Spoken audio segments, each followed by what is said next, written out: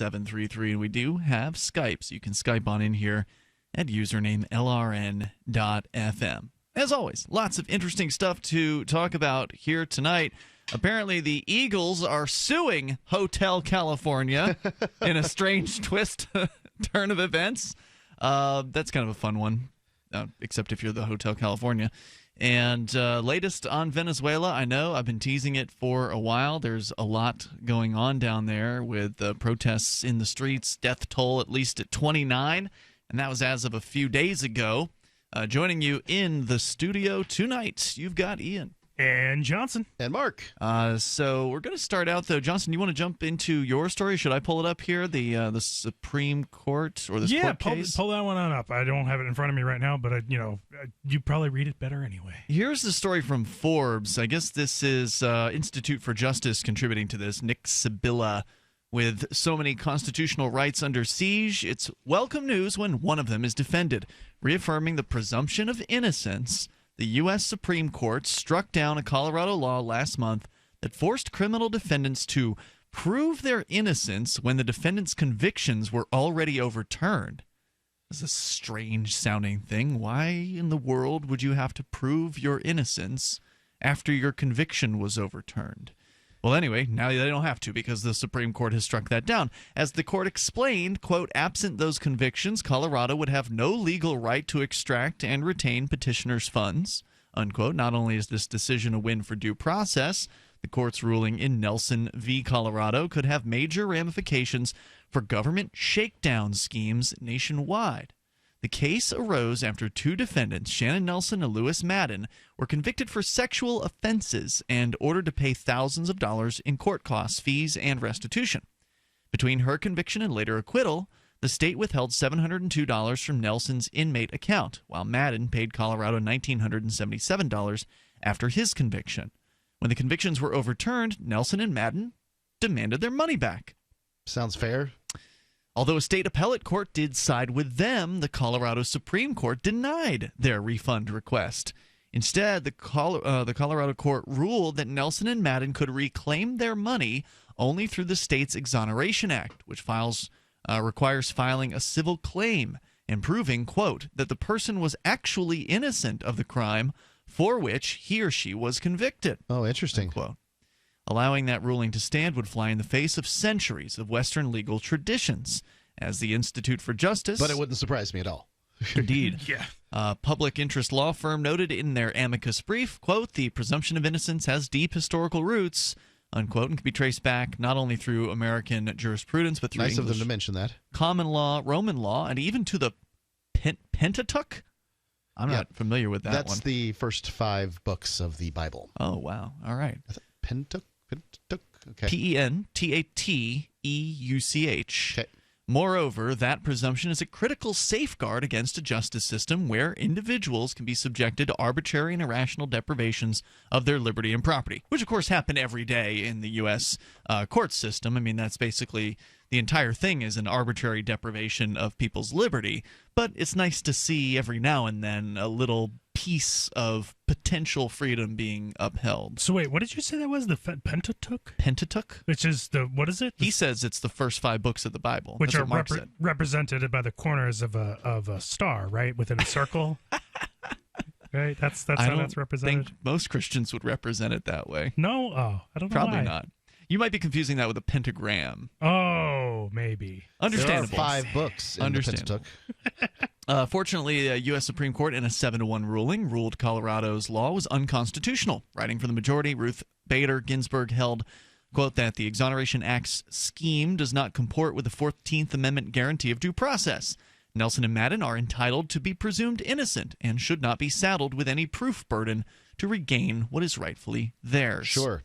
Ginsburg forcefully rejected Colorado's argument that the presumption of innocence applies only at criminal trials and not to civil claims.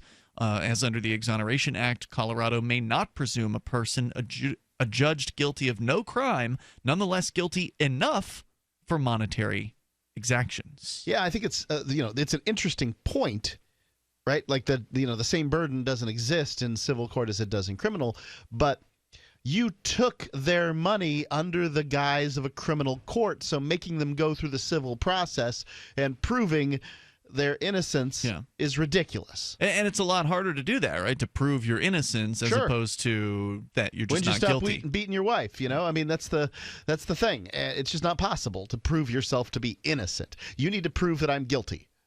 Armed with this ruling, the Nelson decision may set an important precedent to rein in another abusive civil procedure, and that, of course, is civil asset forfeiture. The parallels are striking. Through civil forfeiture, law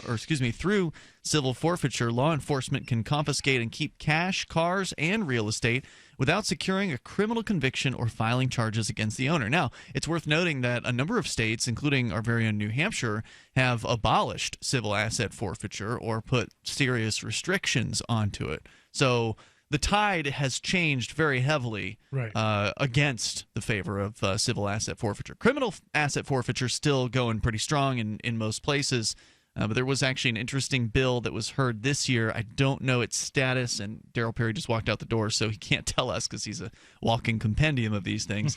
But the bill would have restricted criminal asset forfeiture below $100,000 to where they could not, I think the state would not be able to give anything to the federal government or something like that. There would have been a pretty good restriction placed on like the feds and the state being able to work together to really deprive people of their assets criminally. But I don't know the status of that here. Anyway, perversely, under civil forfeiture, even those found not guilty in criminal court can still forfeit their property in civil court, since the latter has a lower standard of proof. And according to Institute for Justice, under civil forfeiture proceedings in over 30 states and on the federal level, the burden of proof is on the property owner, not the government. So when the police seize someone's property, the owner must prove they did not know or consent to their property being used for an alleged criminal activity. And that turns the presumption of innocence straight on its head. So it's hard when, the classic example of this is the elderly woman who's traveling from her old home to a new home. She's packaged up her life savings, which she's never had in a bank account. She's always just had it in a box. She remembers when banks failed. Yeah. She's had, let's say, a few tens of thousands of dollars in a box, and she's just packaged that up with the rest of her belongings and gets pulled over on the way, and the police say, "Aha! Listen here, Myrtle." Yeah, that's right. You are a possible drug dealer. Crack dealing grandma. All right, we don't have any crack, but we're just going to go ahead and take this cash because just by virtue of the fact that you have cash suggests you must be up to something no good. But I don't deal drugs. Well, now you're just going to have to hire an attorney and prove it to the civil court in a case which will be entitled United States Government versus $20,000 cash. That's really what happens. I know. That's how they do it. Yeah. And so, although civil forfeiture... That's assuming how much makes it to the case. I don't want to besmirch the honor of any police officers out there. But you're suggesting they might take some of the cash? I'm sure that no one would argue with me that at some point, some police officers have, helped themselves when the money was there. How are you going to prove otherwise? Unless you have meticulous receipts proving that you had $20,000 instead of $15,000, which is what they end up putting on the forms. If they confiscate $20,000 from me, I had $50,000. But you got to prove it. Right. Yeah. Well, that's the... Yeah. Although civil forfeiture sounds like a clear-cut violation of many constitutional rights, courts have repeatedly upheld civil forfeiture schemes. For instance, the 2014 Texas Supreme Court refused to hear a case involving a 2004 Chevrolet Silverado belonging to Zahir El Ali. Ali had previously sold the Chevy but still held title to it, and it was registered in his name. When the buyer was arrested for DWI and drug possession, police seized the truck and filed a civil forfeiture against it. Although Ali was not involved, in order to regain his Chevy, Ali would have to prove his innocence. We'll tell you a little bit more about that coming up here, and the latest from Venezuela, plus on the way, a Pepsi guy at a protest. Mark, you'll have to tell us about that coming up. It's Free Talk Live. Message and data rates may apply. When did American men get so soft? Today's average red-blooded American man has less testosterone than his father, and his father has less testosterone than his father. Before we turn into a country of powder puffs, Force Factor is launching the Man Up America event. We want to send every man in America a complimentary bottle of the breakout supplement taking GNC by storm. Test X180 Ignite, loaded with free testosterone-boosting manliness. Get your complimentary bottle by texting SHAPE44 to 369369. During workouts, Test X180 Ignite raises levels of free testosterone in your body to help build lean muscle. Plus, it helps burn fat, fuel sexual desire, and improve performance. Now you can continue to feel like the real men that made this country great. Do yourself a favor. Do America a favor. Text SHAPE44 to 369369 for your complimentary bottle. That's a complimentary bottle by texting SHAPE44 to 369369. Have you racked up more than $10,000 in credit card debt? Are you barely getting by, making minimum payments? You should know the credit card companies are tricking you into thinking there's no way out. Credit card companies would rather you didn't know that there are ways you can become debt-free and you don't have to pay the entire amount you owe. There are debt relief programs that help people like you escape overwhelming credit card debt. National Debt Relief has helped tens of thousands of people just like you reduce more than $500 million of debt. National Debt Relief has helped so many people they're A-plus rated by the Better Business Bureau. You don't have to declare bankruptcy or take out a consolidation loan. You have the right to settle your debt for a mere fraction of what you owe. Reduce a large portion of your debt now. Call National Debt Relief at 800-314-7417. 800-314-7417. That's 800-314-7417.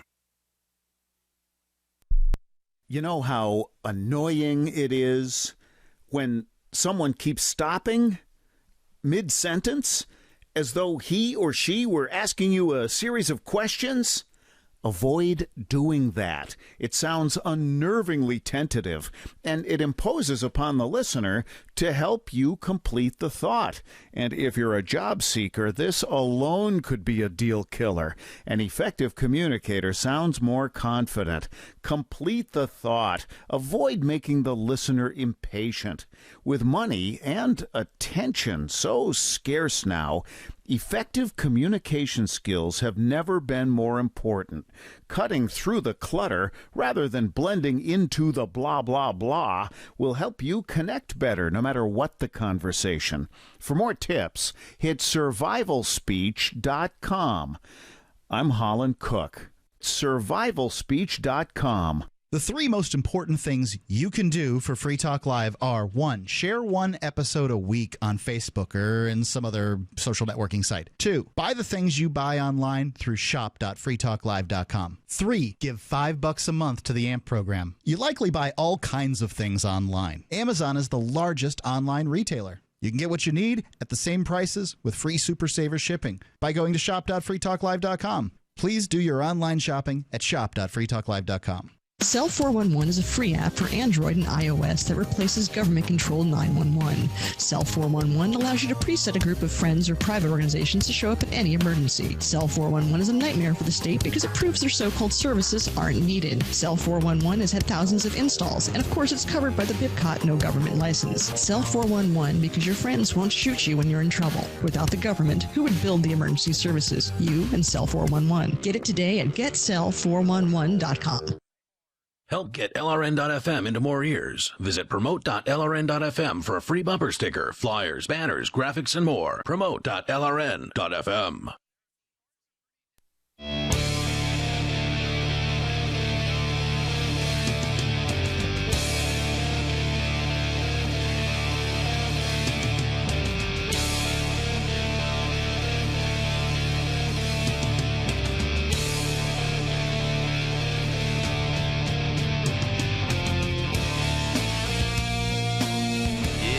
Talk Live. You may dial right here, toll free. Join us on the radio. Our number is 855-450-FREE. That's 855-450-3733. We're talking about civil asset forfeiture and kind of an interesting case out of the Supreme Court. 7-1 decision where the Supremes decided that a Colorado law that would have required defendants who had their convictions overturned would have to prove themselves innocent in order to get back any money that they had paid to the state. So you get convicted wrongfully of some kind of crime. Yep. They say, all right, now you got to pay up. You pay up. And then later you get the conviction overturned because you were actually innocent the whole time. You say, hey, can I get my $2,000 back? And they say, nah, you got to go ahead and prove that you were innocent, which is just, crazy. It doesn't sound like, I don't know, 1,000 years of jurisprudence. Yeah. Right. So that's what they overturned at the Supreme Court. This story from today over at Forbes.com. We can tell you more. There was a dissenting opinion on this? One person. Any Who idea? was that? Do we have any idea? I can probably look, lunatic but was? It's not mentioned in this particular story. I would imagine if they dissented, it was probably for some kind of, law nerd reason, just a guess. Maybe. I don't know. Either they're just crazy. Possibility exists. We can talk more about that. Also, I do want to let you know about MyPillow. You can try out MyPillow for 60 days where you get a money-back guarantee if you, for whatever reason, you don't like it. I think it's fantastic. Mark, you and I both have the MyPillow. Yep. And you get yours at half off by going to MyPillow.com and using code FTL. That's code FTL, like Free Talk Live, for 50% off, or 2 for the price of 1. It's up to you how many you get. But you get that 60-day money-back guarantee, or if you don't like it, you can ship it back to them, and they'll give you your purchase price back. If you keep it, however, as we have done, it's good to last you for 10 years because they've got a 10-year warranty, which, again, shows they really stand behind their product with both a 60-day money-back guarantee and the 10-year warranty. Plus, it's designed to fit to the shape of your body and hold your neck in the proper position, and it's washable. You can put it in your washer and dryer. Good luck finding any other pillows like that. It's an amazing product. Nothing I've ever heard of. MyPillow.com, code FTL, like Free Talk Live. So this story here from Forbes and the Institute for Justice gets a little deeper into the idea of civil asset forfeiture in general, which is still happening in something like 30 states and definitely at the federal level, where the police can just take your stuff because they believe that it was used in some sort of criminal activity, whether you were aware of it or not. And then you have to prove that it was innocent, that the stuff was innocent of the criminal activity that it was accused of being associated with. That's how they do it. And, of course, in order to charge the stuff. Right. And in order to prove that, well, you're going to have to hire an attorney because good luck navigating the, nebulous morass of the federal court system on your own. If you don't have the experience, you're going to need someone who does. And in a lot of cases, people just determine that if they, let's say they had $10,000 taken from them, they just figure that, well, it's not worth it. Bye-bye $10,000 because you're going to spend that much on the attorney just trying to get it back. So although civil forfeiture sounds like a clear-cut violation of constitutional rights, courts have repeatedly upheld those schemes. In 2014, they were telling us about the Chevy Silverado belonging to a man named Zahir El Ali, who had sold the Chevy, but he still held the title to it. The buyer of it was arrested for DWI, drug possession. Police seized the truck and filed the civil asset forfeiture against it. Even though Ali was not involved, in order to regain the Chevy, Ali would have to have proven his innocence. Represented by the Institute for Justice, Ali made claims very similar to the arguments by the characters in the case that the Supreme Court just took on.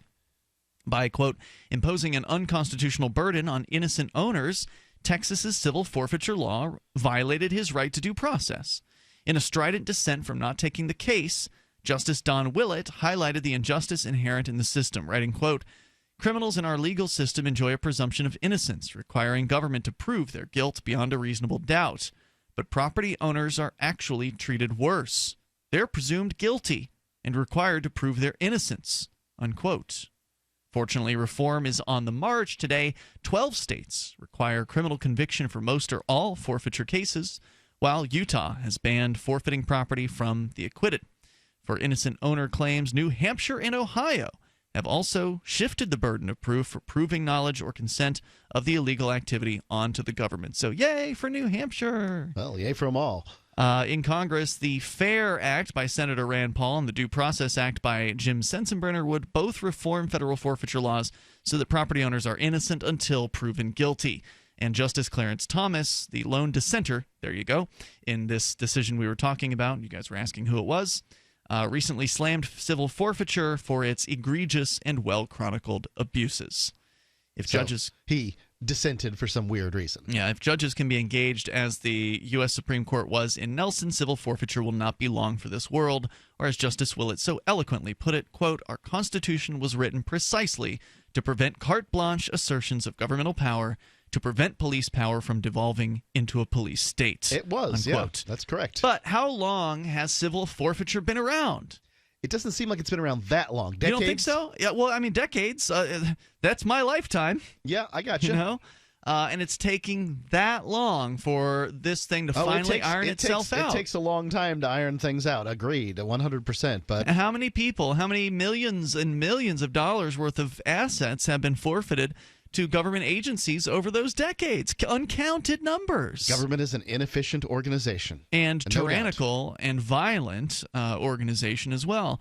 And if they finally shift the burden of proof onto the state so that they actually should prove that this thing or this cash or this, whatever it is, was involved in some illegal activity, then you're going to see the cases of civil forfeiture go from, 100 to 0. Do you guys want to hear the dissenting opinion of this judge? I would love that. Yeah.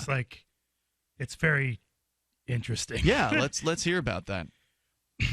Justice Thomas dissenting. This is Thomas J. Mm-hmm. The majority in concurring opinions debate whether the procedural due process framework of Matthews versus Elridge, 424 U.S. 319, 1976, or that of Medina versus California, 505 U.S. 437, 1992. We're already lost. Governs the question before us.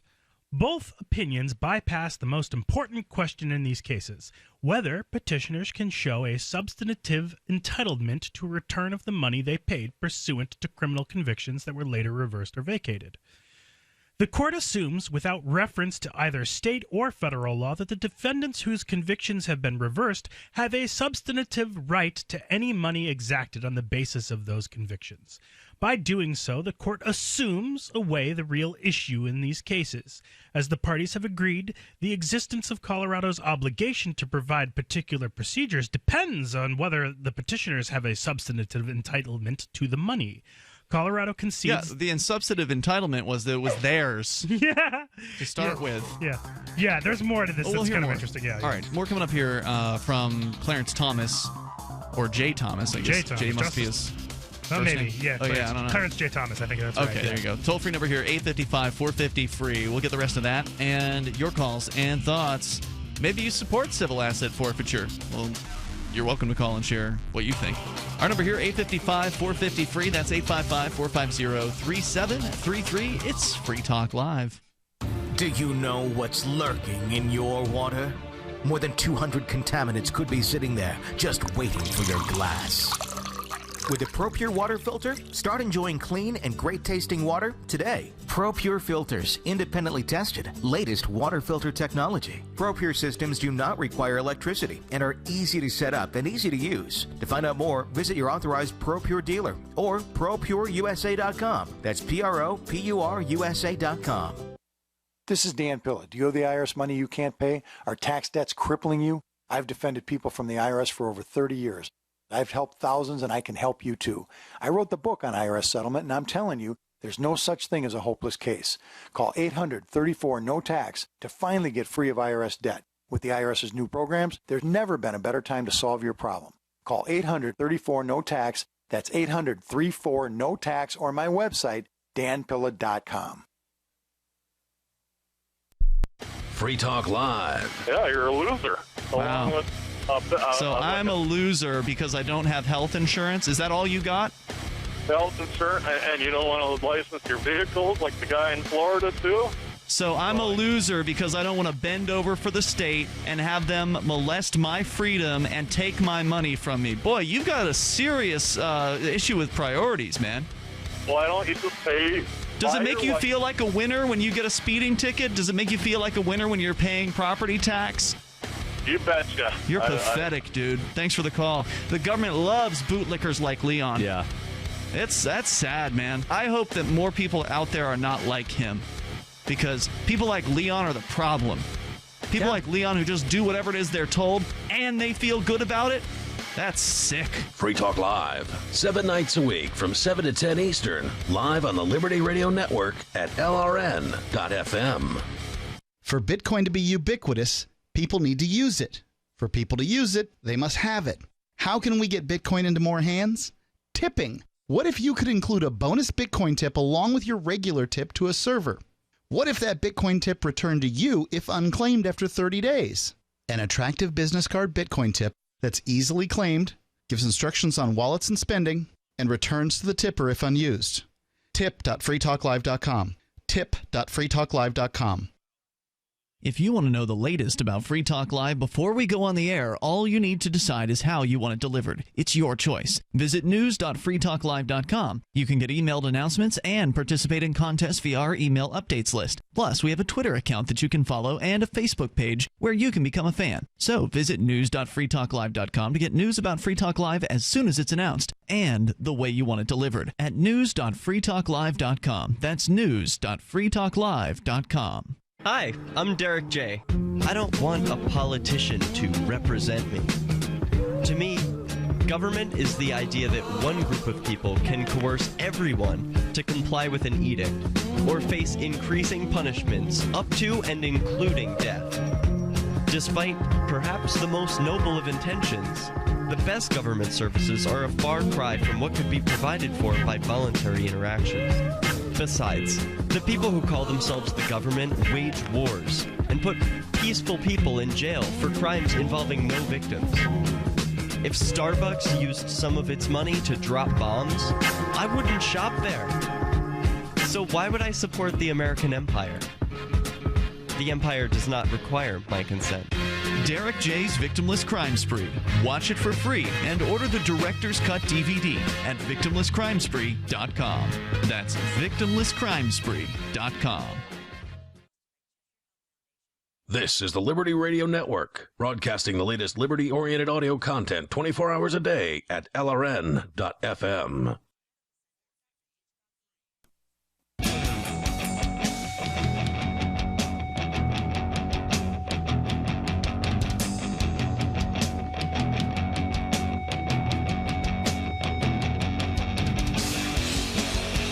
Free Talk Live, and you can dial toll-free. Join us here at 855-450-FREE. That's 855-450-3733, and you may Skype in here at the Skype username LRN.FM with you in the studio tonight. It's Ian. And Johnson. And Mark. As we expected, the opinion from Clarence Thomas in this case goes on pretty lengthily. You were actually reading it. I thought it was only a couple paragraphs, and then I saw that he was a point where he a skip. Quoted the the 14th Amendment. And you were reading it during the break to us, and so I'm going to try my best. I mean, it's hard to really kind of, we're not legal people, so wrapping your mind around what these people say is kind of hard to do because they're always referencing cases and they talk in as highfalutin a terms as Let me read possible. the very last paragraph because I think he sums it up. Okay. So a lot of times they'll do that. We'll see. A lot of times they have a conclusion. No one disputes that if petitioners had never been convicted, Colorado could not have required them to pay the money at issue. And no one disputes that Colorado cannot require petitioners to pay any additional costs, fees, or restitution now that their convictions have been invalidated. It does not follow, however, that petitioners have a property right in the money that they paid pursuant to the then valid convictions, which now belongs to the state and the victims under Colorado law. The court today announces that petitioners have a right to an automatic refund because the state has no legal right to that money. Yeah. But intuitive and rhetorical appeal aside, it does not seriously attempt to ground that conclusion in state or federal law. If petitioners, you don't have to. Yeah. If petitioners' supposed right to an automatic refund arises under Colorado law, then the Colorado Supreme Court remains free to remand to clarify whether that right in fact exists. If it arises under the substantive due process, then the court's procedural due process analysis misses the point. I respectfully my case. Yeah, I respectfully dissent. So what he's saying? Hold on. What he's saying here, and for those just tuning in, we're talking about you were guilty when you paid it. Right. He's saying that in this case, where the Nelson case that the Supreme Court just heard 7-1, he's the one dissenting opinion. He's saying that, okay, well, we found you guilty in good faith. We thought you were guilty. He's not saying we found you guilty. He's saying we thought you were guilty, so therefore this money went over to the state. So therefore it's the state's money. Right. And it can't be your money because it's the state's money. Right. He's just employing circular logic. He's saying as soon as it becomes it's a tautology. He's saying as soon as it becomes the state's money, you have no more claim to it. Because it's the state's money. Right. This is the state's because it's the state's. There's basically no refunds, essentially. When we take something from you, it's ours because it's ours. That's essentially what he's doing. Yeah, exactly. That's exactly what he's doing. Because we're the state, we can do what we want. Right. And he's dismissing. We can do what we want because we're the state. We can do what we want. That's right. That's logic. Yeah. And he's dismissing he's dismissing the other opinions of the other 7 justices.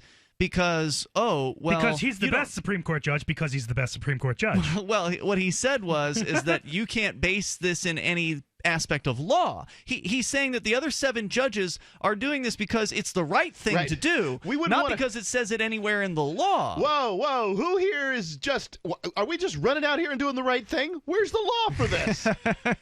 Whoa, you can't just run out and do the right thing. Right. Well, we don't have any statutes that specifically say that when you pay money into the state that you still have some sort of claim on that money. If they screwed up and got the wrong guy, we need to have that codified. I wonder if this is how he practices as a Supreme Court judge. If he says, well, I'm making the correct decision here because this isn't the law because I'm making the correct decision here. It's crazy. He's a Supreme Court justice. I mean, it seems like that's how he practices law. It sounds like the old saw. Well, this is a legislative branch problem, not a judicial branch problem. So pass the buck. You need to go talk to your congressman and get a law passed so that right. Like, how many times have we heard pass a law so the right thing can be done? Yeah, right. It's insane. Thanks for bringing that up to the table, Johnson. And good, so it's a bit of good news that these folks are being ordered now, finally, after appealing after however many damn years their case has been winding its way. I mean, this is over $2,000. It's not exactly a huge amount of money, but it's still an important case because it wipes out this bad law in Colorado. Actually, I wonder if it could affect NG Weedman. New Jersey Weedman. Yeah. Regarding. Didn't they take some stuff from him? Of course they did. They took his van. And they destroyed it. And yes, destroyed it. That means they destroyed his property that he now is entitled to. A very have back. unique piece of property, mind you. The Weedmobile is what you're talking about. Custom paint job, customizations. There's never going to be another Weedmobile. It's not like they just took a Chevy whatever and threw that in the crusher. This is a special, one of a kind thing that even if he gets $1 million out of the state, he's not going to be able to perfectly recreate it. Well, the state owes him restitution, I would think. They do if they can if he gets overturned. He's still waiting to go to trial. Right. In his case. So if this case, I mean, because this has happened and in the order that this may fall, if he's if his case is overturned, then he's owed restitution for the property that they destroyed. I hope he can be successful and that the jury will nullify that case. Maybe they will stop destroying property that they now cannot give back to him. It's a lot easier to quantify the value of $1,700 than it is to quantify the value of a weirdly painted van is. A bunch of bitcoins that were in a wallet that got confiscated by the government or whatever it might be. It just gets more complicated when you're talking about things that aren't dollars. Yeah, you'd think that they would not want to destroy things like that now because now if they just still had the van, they could go, here's your van back. But now they can't do that. Yeah. Yeah, they didn't have to destroy that van. They sure didn't. They did it completely out of spite. Absolutely. They wanted to get him, and they've been going after Weedman hardcore. We actually had him on the show a couple weeks ago. He called in from jail and gave us an last update. Week, actually. I think it was like 2 weeks. Was it? Maybe it was last week. I don't know. But it was nice to hear from him. I hope that we'll hear from him again because that's the best way to get your news out is to call the show, even if you're in a jail cell. Is for us to pay attention to what's happening. Is for you to be on the line with us and telling us about it. We got a way to figure this out real quick. Mark, were you here last week? I don't know. Never mind. I don't have a way to figure this out. We're all getting old. So you can dial toll free. You can join us here, 855-450-FREE. Speaking of getting old, the Eagles, they are suing the Hotel California.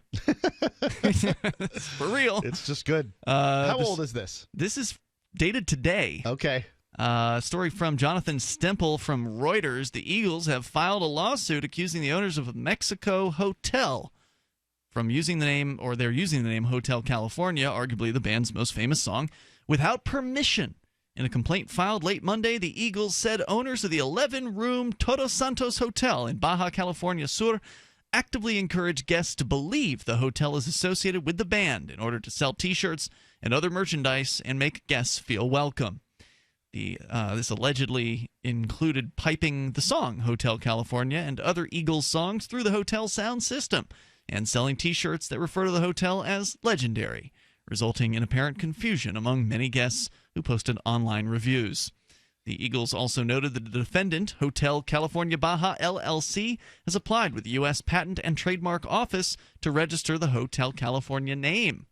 Well, now that's a little rough, right? Like calling themselves, registering the name. Oh, those people, those Eagles, when they come to California, they're not going to be able to sing their song about our hotel. Welcome to the the California courtroom. Defendants lead U.S. consumers to believe the Todos Santos Hotel is associated with the Eagles and, among other things, served as the inspiration for the lyrics in Hotel California, which is false, said the complaint. The lawsuit filed in Los Angeles federal court seeks a variety of damages and halt to any infringement. You know, there's more to the story, but it's just always so disappointing when you see bands spending time doing things besides playing music. Yeah. It's like, just stick to what you do well. I mean, the fact that the Hotel California in Mexico is, using the name Hotel California and selling some shirts. It's an 11-room hotel. This is not a big place. Go get them, Eagles. Like, really? This is what you're spending your time on? This is what, is upsetting to you? That somebody's, selling some T-shirts and getting a few Your brand can be hurt by this. Sad state of your brand. There's more coming up here in moments. 855 450 free.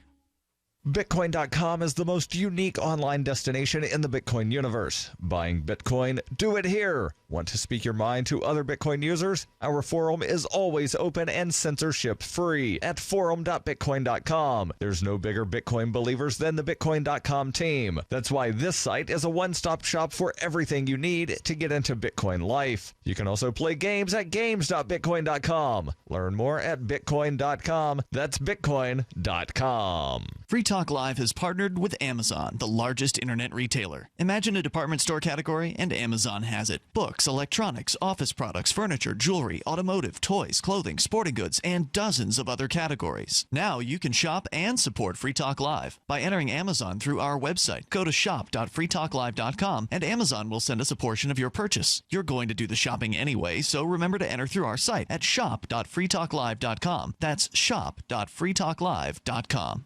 Hey, diabetics. Yeah, you. Got a spare hour to waste going to the pharmacy to get your insulin or other meds and supplies every month? I didn't think so. Me either. I've got life going on, which is why I use PillPack. PillPack is an amazing online pharmacy. They package up all my diabetic meds and testing supplies into daily doses and send it to me every month, automatically. All I do is pay my normal copay. PillPack does the rest. I'm serious. This is a free service. They don't even charge for shipping. PillPack handles all the medical insurance stuff and even get with my doctors for my other prescriptions so I don't have to, which is good because that's the stuff I forget. But PillPack remembers everything. They even package up my daily vitamins so I remember to take them too. If you're diabetic, your meds and supplies are life and death, which means you need PillPack. Call right now for this free service. You may even qualify for $25 in free vitamins. 800-560-7310. That's 800-560-7310. Again, 800-560-7310.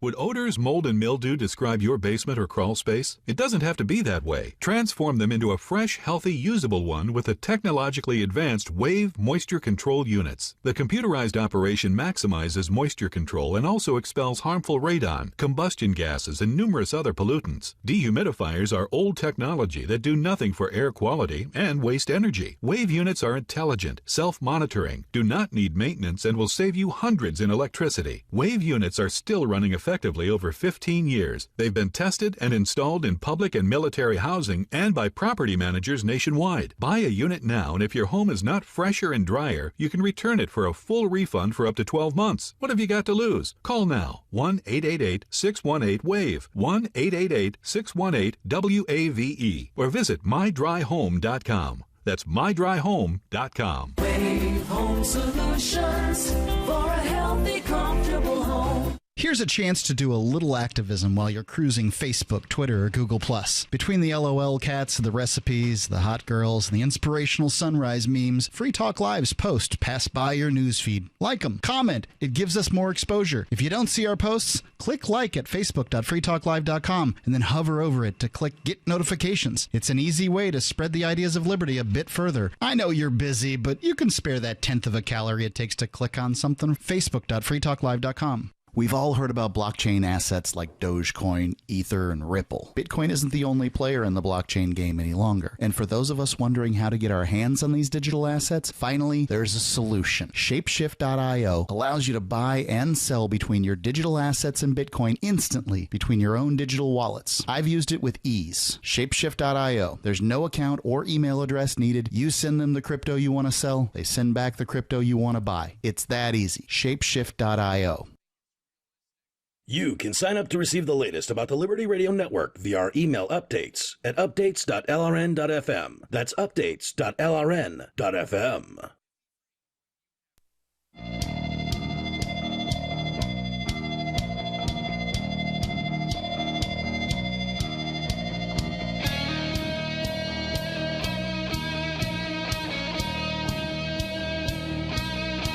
Free Talk Live. You can dial in toll-free here, and you can bring up whatever you want. Our number is 855-450-FREE. That's 855-450-3733. How old is Don Henley at this point? Because, I mean, the Eagles have been around. Wikipedia has that answer, right? Yeah, I just haven't looked. Okay. I just figured you might have some idea. Oh, like I would know how old Don Henley is. Anyway, the Eagles, they are suing the Hotel California. 69 years old.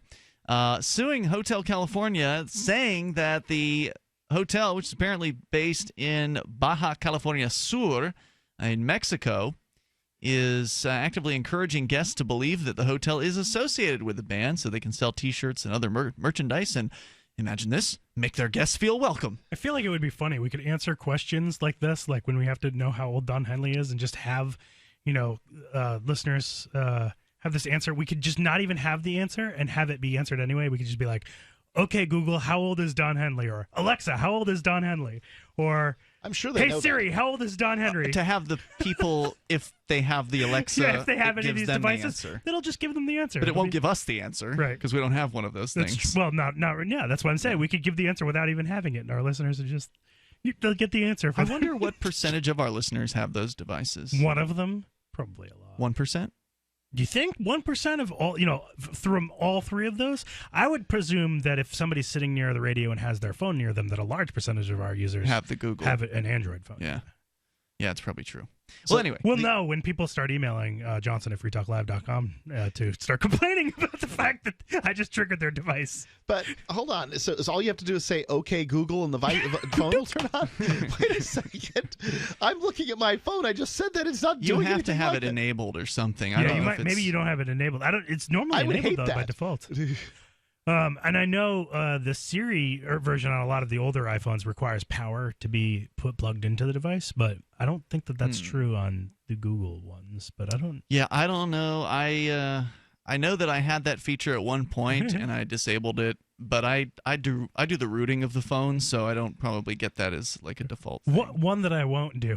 One that I won't do is there's a joke. There's a comic XKCD that did a joke about when you walk into someone's house to find out if they have any listening devices like the Amazon one is to just go in their house and say the name of the device, which I'm not going to say now because I don't want to trigger this, but you say that device. Order 5 pounds of, such and such product, like, marijuana. Well, something that's going to exist. So, like, order 5 pounds of, such and like a cereal or something like that, right? Confirm. Confirm order or whatever, right? And then you can just go into somebody's house and place an order for something, and it's, I think they actually use an example more like 2,000 pounds of something, but anyway. So I'd still be upset if there's a five pounds of Fruit Loops show up on my door. There's a lawsuit filed in federal court in Los Angeles yesterday. This is fresh news about the Eagles seeking a variety of damages and a halt to any infringement. They're claiming that the hotel did not serve as the inspiration for the lyrics in Hotel California. Now, neither the hotel nor the attorney who filed its trademark application immediately responded on Tuesday, that's today, for a request for comment. The Todos Santos Hotel was named Hotel California when it opened in 1950, which would mean that it was named that before the song was published, but went through a series of name changes before a Canadian couple, John and Debbie Stewart, bought it in 2001, and according to the Eagles, began using the original name in marketing. Its website is hotelcaliforniabaja.com, and if they weren't sold out on their rooms yet, they probably are getting a whole lot of publicity out of this lawsuit. Hotel California, of course, is the title track from the 1976 Eagles album of the same name and won the 1977 Grammy Award for Record of the Year. So that song is 41 years old at this point. It's known for its long guitar outro featuring Don Fielder and Joe Walsh and complex lyrics sung by Don Henley. Okay. In an interview with CBS News last year, Henley said the song is about, quote, a journey from innocence to experience. It's not really about California. It's about America. They've got Adobe Flash Player on their website. That'll give you a journey from innocence to experience these days. You talking about how Flash is a dangerous app to have on that it's got lots of security bugs in it? Yeah. Websites should not be using Flash anymore. This looks like a website that would use Flash. The Hotel California. Wait, you're talking about the Hotel California or the Eagles website? I don't know anything about the Eagles website. Okay, you're on the Hotel California site. Gotcha. HotelCaliforniaBaja.com. So, what do you think about this case? I think the hotel has 11 rooms. Yeah. Who cares? It's amazing, isn't it? I mean, this is even more petty than Metallica going after its Napster downloaders back in the day. But it's like the same category of stupid. I remember living in Orlando. There was a story about a preschool that had like Mickey Mouse drawn on the wall. Oh, no. And Disney came after them? And Disney, seriously, Disney is rapacious when it comes to intellectual property. Yeah. Oh, yeah. Disney came right after them and said, no, you can't have the mouse on your wall. That's the money mouse. And, that was... And made children cry. So what happened was Hanna-Barbera saw the news... Yeah. Came in and they put Huckleberry Hound and the big Magilla Gorilla and I can't remember all of them. Like Woody Woodpecker. with their real artists rather than just somebody who drew a crappy Mickey Mouse, right? Right. They saw the opportunity there. Yeah, that's the PR so cool. Opportunity busted wide open for them. Oh, man. This is what Disney could have done. Disney could have said, all right, you two artists, you spend the next 2 days at the preschool. Down the road. Yeah. Like you could stay at home, just go down the road. Yeah, where did Hanna-Barbera come from? California? Someplace. I have no idea where, but it would have been cheap for them to do. Draw them a great Mickey Mouse picture, take some pictures, and we're gonna call the local news and we're gonna make a big deal about this. We're gonna show how Disney loves kids. Right? No. What do they show? Disney loves intellectual property. Disney loves making attorneys rich. God. That's a crazy story, So man. Hanna-Barbera cashed in. Now, my question would be, who wrote another song about a hotel was going to come in and say, yeah, that hotel, I'm for it. Here it is. I'm going to, give them the credit or whatever it is. Who knows? But the Eagles could have made this into something for themselves. I don't know. Well, they could have just left it alone. Stay for free down in Baja California Sur and enjoy yourself for a little while. Now, maybe they have to have bodyguards. I have no idea what it must be like to be a big, important, old rock star. I can tell you they roll around Sarasota all the time without bodyguards, but whatever. Not the Eagles, but old rock stars too. Yeah, talking about Brian Johnson from AC/DC. Well, they're down there, and there's more than one. Yeah.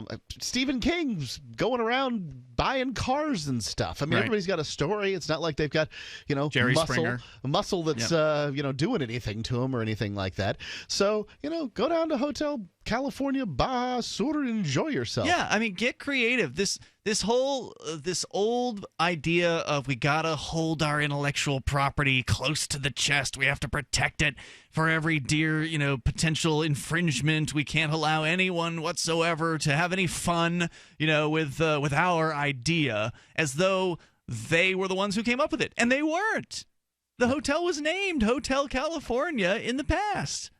Yep. And so because it wasn't named that in the 1970s means that now the Eagles have the right to the term Hotel California for all time immemorial?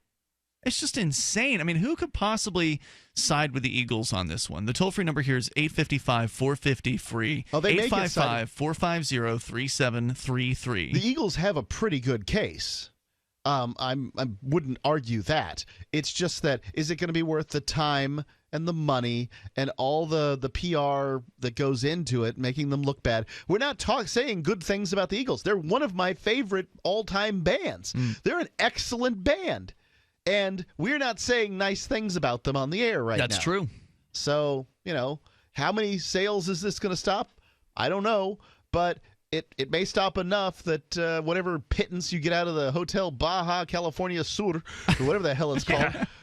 We're going to put that hotel out of business. Why would you want to? These poor Canadians. Well, actually, I mean, you make the point there. Why would you want to? And perhaps the reason why they want to is because it's not about money and it's about modification. They feel it's a modification of their art.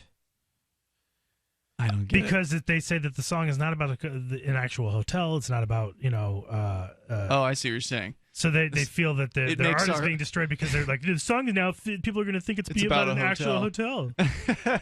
It was about so much more than that, man. We took acid and we wrote the lyrics to this song because it's a messed up song, right? Like if you actually listen to it, it's like, what is this about? Deserted highway. Let's go to Patrick. He's in Arizona. You're on Free Talk Live. Hey, Patrick. Hey, guys, I think that's sort of funny that they do something stupid like that. It is stupid. I know you were calling about something else. If you want to hang on, we're going to bring you back here coming up in hour number 2. So stand by, Patrick. Stand by. Yeah, it's petty. It's really petty. Toll-free number here, 855-450-FREE. Not Tom Petty, though. Or Joe Perry. More coming up. This is Free Talk Live, hour 2. Coming up next. Everyone has something in their lives or just about themselves that they want to change, from trying to lose weight to becoming more motivated at work. Change is difficult, but the good news is no matter what, you don't have to go through it alone. Hypnotherapy can help you remove negative subconscious thoughts that keep you from achieving your goals. Never rely on just willpower again. Contact us at afterhourshypnotherapy.com today for your free consultation, or contact Melvin Marsh at 678-658-8483. DVD, books, music, instruments, periodicals, computers, software, electronics, photo, cell phones, office products, home and garden, bed and bath, furniture, kitchen, pet supplies, automotive, hardware, apparel, shoes, jewelry, grocery, healthcare, sports and outdoors, toys, games, used, and more. It's a department store at your fingertips. Shop.freetalklive.com. Get all your shopping done, get a great deal, and a portion of your purchase goes to benefit Free Talk Live when you enter Amazon via shop.freetalklive.com. There's no better app for tracking the value of cryptocurrencies than CoinCap. I've had a lot of apps for tracking Bitcoin, but none that's ever been able to track 500 digital assets at once. Their best feature is the Altfolio. I love this thing. You enter how many Bitcoins, Ether, Dash, Doge, or whatever else you have, and it tells you how much your crypto is worth. You can watch yourself get rich. If you have crypto, go right now to coincap.io, or you can use the Apple Store or Google Play to get the app. I love CoinCap. coincap.io. So you've heard all 3 hours of the latest episode of Free Talk Live, and you're still hungry for liberty-oriented audio content? Did you know that we have another 24/7 audio stream at LRN.FM? The Liberty Radio Network airs the latest episodes of some of the best liberty-oriented podcasts on the internet around the clock. In addition to recorded content, you'll also hear live shows like Free Talk Live, originating from our Keene, New Hampshire studio. So listen anytime at LRN.FM. That's LRN.FM. You're listening to the live edition of Free Talk Live. Hour number 2 is next, after the news, here on the Liberty Radio Network at LRN.FM. From Keene, the Shire, the Liberty Media capital of the world, this is Daryl W. Perry, host of FPP Radio News for Tuesday, May 2nd, 2017. Silver is trading at $16.94 per ounce. Gold is valued at $1,257 per ounce. Bitcoin is trading at 1.7 cents, and the average price of Bitcoin is $1,426. Antiwar.com reports President Trump has been coming under increasing flack for his diplomatic overtures, and in addition to facing criticism for the suggestion that he'd be willing to meet with North Korea's Kim Jong-un, he seems to be facing almost as much criticism for his willingness to meet the president of a long-standing U.S. ally. President Trump invited Filipino President Rodrigo Duterte to the White House during a Saturday phone call, and that's led to a flurry of condemnations, with top Democrats in Congress demanding that he immediately rescind the invitation as contrary to U.S. interest. Duterte has been controversial in the U.S., both for publicly criticizing President Obama and for his use of summary executions in his nation's war on drugs. Critics insist that even meeting with him would be damaging to the U.S. human rights record. President Trump defended the invitation, saying the Philippines is very important strategically and militarily, and cited the Duterte's strong approval ratings in the country. The U.S. has been interested in trying to restore the Philippines' military dependence on them amid Duterte's talks of having deals with Russia and China. The suggestion that the president can't even meet with the president of the Philippines is just another example of a growing anti-diplomacy bias in which U.S. presidents are not only not to meet with the head of enemy nations or even rival nations, but even allied nations with which there are some existing disputes. For nearly 40 years, Roberts & Roberts Brokerage has been a trusted source for buying and selling precious metals like gold and silver. They also take Bitcoin for precious metal purchases and have permanently removed the minimum purchase amount for all orders paid in the digital currency. Call Roberts & Roberts today for knowledgeable advice on buying and selling precious metals and a forward-thinking approach to new technologies. 800-874-9760 or visit online at rrbi.co. UPI reports what traditionally had been a day to air labor grievances turned into a catch-all political event for demonstrators worldwide on Monday. Thousands of people protested across the United States on May Day, with the most popular target being President Donald Trump, who was opposed, resisted, and mocked in effigy from coast to coast. In Los Angeles, thousands gathered in many neighborhoods and marched to City Hall to hear a speech by Mayor Eric Garcetti. In New York City on Monday, demonstrations against Trump ended with a rally at Foley Square. Monday's event served as an exclamation point by believers in the resist movement against Trump's government. Many other May Day events were staged in cities like Miami, Milwaukee, St. Louis, Philadelphia, Chicago, and San Francisco. Worldwide, May 1st is known as International Workers' Day to highlight workers' rights, but this year, with the new U.S. administration, many Americans saw it as another opportunity to again oppose who they view as an oppressive, divisive president. Monday's marches in the United States also addressed other issues, including immigrants' rights, LGBT awareness, and police misconduct. Fernanda Duran of Casa in Action told USA Today, "Our presence in this country is being questioned by Donald Trump. We are tired of being demonized and scapegoated. We've had enough." Casa in Action planned to draw 10,000 people in Washington, D.C. for immigrants' rights, with a march near the White House that ended with speeches from immigrants and elected officials. More than 200 immigrant-owned businesses were set to close in Washington, D.C. In Philadelphia, a group called Philly We Rise marched throughout downtown on Monday in support of alternatives to the Trump agenda. In the San Francisco Bay Area, dock workers closed the Oakland waterfront for demonstrations and marches outside federal immigration offices, in front of the jail, and along Bay Area rapid transit routes. Since Trump took office on January 20th, various marches have included several causes, ranging from the Women's March on Washington and other cities to climate change awareness over the weekend. The U.S. government in 1955 declared May 1st to be Loyalty Day. Trump wrote in his proclamation last week, "On Loyalty Day, we recognize and reaffirm our allegiance to the principles upon which our nation is built. We pledge our dedication to the United States of America and honor its unique heritage, reminding ourselves that we are one nation under God, made possible by those who have sacrificed to defend our liberty. This Loyalty Day, I call on all Americans to observe this day with appropriate ceremonies in our schools and other public places, including recitation of the Pledge of Allegiance to the flag of the United States." Trump directed government buildings to display the U.S. flag and for schools to observe the holiday with ceremonies. This has been FPP Radio News. Online at fppradio.com. A total loser's corpse contained no traces of drugs or alcohol, and a superstitious Delta Airlines adds busty mermaids to its plane noses. My friend, you look like you are in need of the world's finest internet news summaries. Please come in and warm yourself by the fire of knowledge. This is the Onion Week in Review. A new law passed in Colorado this week will allow residents with a doctor's prescription to purchase medicinal fireworks, saying that those in need of stargazers, firecrackers, and Galleria highlights now need only obtain a doctor's prescription. State officials expressed hope that the law would ease the suffering of those in need of huge, dazzling explosions. And in this week's op-ed pages, a man notes that, like it or not, we all die, then get dug up and molested. In other news, white male privilege is squandered on a job at Best Buy, and a local TCBY has missed the past 2 logo changes. Well, that's it for now. Goodbyes are bittersweet, my love, so I'll only tell you, for more, keep checking theonion.com. This is the Onion News Network.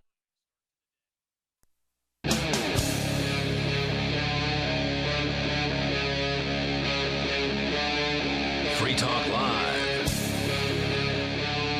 Hey, it's Free Talk Live. Launching into the second hour of the program. You can join us here. Our toll-free number is 855-450-FREE. That's 855-450-3733. We've got Skype as well. The Skype username, it's LRN.FM. Joining you in the studio tonight, you've got Ian. And Johnson. And Mark. Still to come tonight, Mark, you're going to tell us about some guy handing out Pepsis at a police event or something like that. And then also, because apparently that's going to solve all the problems according to PepsiCo. Was That's that the idea? That's the joke. Yeah. And then in addition, there's the latest on Venezuela, which has been brewing for weeks now, and we just haven't had a chance to talk about it. So I hope that we will do that here tonight. But your calls and thoughts come first. So we go to the phones, to the fun, where Patrick is on the line in Bullhead City, Arizona, listening to K-Talks. Patrick, what's on your mind tonight? Hey, I was just listening to you on this Alexa and this, Google. It's sort of funny. I mean, it's going to get to a point to where if you made a stop on the way home and your wife asked you, a question like, "Where were you?" She's going to be turning to Alexis and go, "Where was he?" Where was he? And with all the and it's funny because if you think about it, with all the high tech gadgets that we got now with our cars with GPS in there and smartphones and all these everything, it's gonna get harder to even you're gonna have to just fess up. And I'm certain women are going to figure that one out, and they're going to.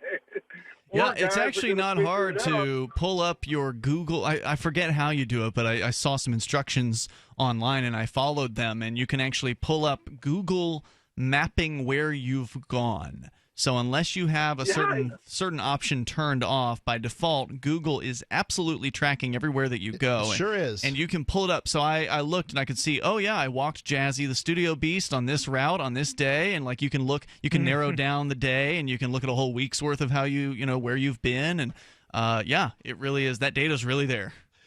What I think is cute about this call is that you think that there'll be wives and husbands in the future. What are you suggesting?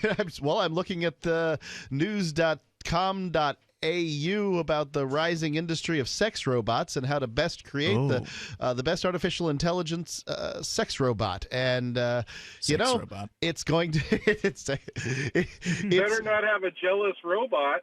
I don't know if they want them to be realistic. Somebody wants that. Yeah. Somebody's going to program their robot to beat them up. Probably true. Yeah, it's just hilarious because you think about it. Can you imagine? I could just see it, spending a lot of time in court, is all of a sudden the judge asking Alexa, is this guy lying? It's a scary possibility. And well, I think that you're right that artificial intelligence will probably replace judges relatively quickly.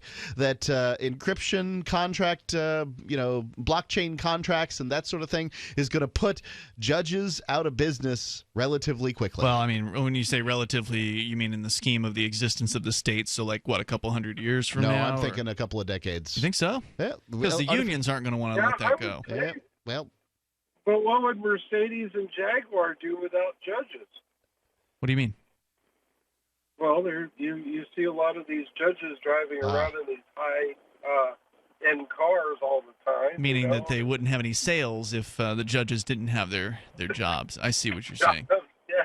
Patrick, hey, thanks for the Anyway, call tonight, guys. man. Great points. I really appreciate it. The toll-free number here, if you want to join us, is 855-450-FREE. What do we need to know about sex robots? Do you still have that story pulled up? I do. Do you remember the Scarlett Johansson sex robot Yes. story? Yeah, there was wasn't there some concern about it was so similar looking to her that she was suing, or there was a fear that she was going to sue? I forget the details. I can't remember the specifics on that one, but it was amusing to me because that robot looks like Scarlett Johansson. I mean, there's no way to describe it otherwise. Whoever made that liked Black Widow a lot. Uncanny Valley Scarlett Johansson, anyway. I mean, it looks like a corpse of Scarlett Johansson. Well, I don't know. I thought it looked more like her. Worth an estimated $3.9 million. The sex robot industry is a fertile ground for companies who want to build the sexiest contender. Fertile ground. Yeah. With functioning G-spots and the ability to talk, companies hope that customers will pay up to $20.7 million for their Now that I don't personal love understand. machine. Okay, so I don't get it personally. The whole thing with the sex robot. It seems to me that a robot or a doll or something like that is for the gratification of the owner of the robot or the doll, and to put a functioning G-spot in there doesn't seem to lead to the gratification of the owner of that Maybe thing. it's practice for hitting the right one. Could be, I suppose. If you're going to create a robot, why not create one with that? I guess. For me, I like the idea of pleasing the partner. That's what makes sex interesting, is pleasing the other person. Is it worth $20.7 million? What are you asking? That's a price tag that they're throwing out here for one of these things. No, I wouldn't have any. I'm not in that market, and that's why I say I don't understand. That's why I can't understand that. There's no real benefit to pleasing a thing, a robot. It doesn't have the ability to be pleased. People are going to want to interact with something that's pleasant, and they're going to want something. And part of being pleasant is being able to accept, pleasant behavior at the same time, graciousness. So I think that's all there. If you're going to have a robot that can lift heavy objects and do housework and do a whole variety of things, if that robot also happens to have sex, you're getting into the realm of some very wealthy person being willing to pay $20 million for it. I wouldn't pay you $20,000 for it right now. But nonetheless, I'm sure that there are people that are in that price range too. So as they build the $20 million robot, that gives them enough money to then build the $10 million or the $5 million, and then that gives them enough money to go ahead and build the $500,000, and it just keeps on coming down and down until they're able to bring something to market that is worth essentially what is the slave that doesn't ask for its own freedom. I think it's an interesting development, and I think it's fascinating, especially because, one of the things we've talked about on the air here, and you've, I think, been the advocate of this idea, and that is that prostitution there's a certain amount of women who are against the legalization of prostitution because it brings extra competition into the sex marketplace. And, some people would like to have a restricted marketplace for sex because then it makes it more valuable. It makes them, the women in those cases, having more control over that market. And so they don't want that extra competition. Having robots coming in, they're not going to be able to call that prostitution in the same way. And if the robots become very, very convincing, that would absolutely add a lot of competition into the sex marketplace. And that means that maybe people would have to start being a little bit nicer to one another. I don't know. I think it'd be interesting to see how things change. I don't think coupling is going to be very real in the next few decades. I think once this gets large enough, and I guess popular enough or close enough to reality, that I guarantee you what we're going to see is we're going to see some bureaucrat attempt to try to bring to court a case that charges the company building these machines with prostitution. That would be crazy, but it could happen. Sure would. I bet you. They'll try all sorts of things. Well, they haven't done that with sex dolls yet, though, right? Not yet, but it's not not convincing enough. Yeah, I don't think it's convincing enough yet to be considered. Well, I don't think there's only a small or pimping in that case. It would be pimping, right? Yeah. There's a small handful of people who are willing to sort of lay claim to the fact that they do this. Prostitution, you mean? or making. I don't think there's robots. also enough money the sex there dolls.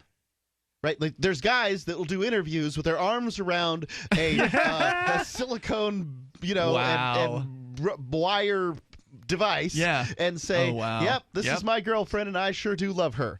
And You've seen that? That's Oh real. yeah, there's documentaries I got a about the picture real right doll. here. Wow. The real doll has there's been documentaries about it. It's very disturbing. They just deeply so. sit them there on the couch and do whatever. Jeez. Yes, as they stare vacantly off into the side of the camera. Yes, that's what happens. That sounds like some entertaining video. So we're going to continue here in moments, and we've actually just got Hung Like Jesus on the line here. Maybe he's got some comments. We'll share those in moments. 855-450-FREE is our toll-free number, 855-450-3733. You can join us right here, whether your comments are about sex robots, the future of sex between humans, does one exist? This is Free Talk Live. If you're a sleep apnea sufferer who's on the go, go to your phone. Because if you give us a call right now, you'll be able to try the world's first portable mini CPAP device absolutely risk-free for 10 restful nights. It's the Transcend Mini CPAP, an engineering marvel that's as small as a soda can and weighs less than a pound. Its unique design is so small and so light, you can fit it in your briefcase or purse to use anywhere you go. No more dragging around a big, bulky CPAP. Even better, now you can try Transcend absolutely risk-free for 10 restful nights by calling minicpap.com, 1-800-768-3138. Transcend is FAA compliant too, so you can even sleep comfortably while flying. You can also add a battery pack that's as tiny as a deck of cards. So now you can enjoy the freedom to sleep comfortably anywhere. But don't wait. To receive your 10-night in-home trial, call minicpap.com now. 1-800-768-3138. That's 1-800-768-3138. Have you checked your Google search results lately? Search results are usually the first impression that people form of you or your business. So make sure that they create a positive impression with ReputationDefender.com. What the internet says about you can have a big impact on your life and your livelihood, even if it's not true. Fortunately, you can now control how you look online and in online search results with ReputationDefender.com. Call 800-831-0771 now. That's 800-831-0771 for your free reputation analysis. If you have negative material from an ex-employee, upset patient, or former client, newspaper article, legal issue, social media, or other source showing up in your search results, you can combat it with ReputationDefender.com. Our dedicated experts in patented technology can help make your online search results look their best. Call 800-831-0771 to learn more. 800-831-0771. That's 800-831-0771. Or visit ReputationDefender.com.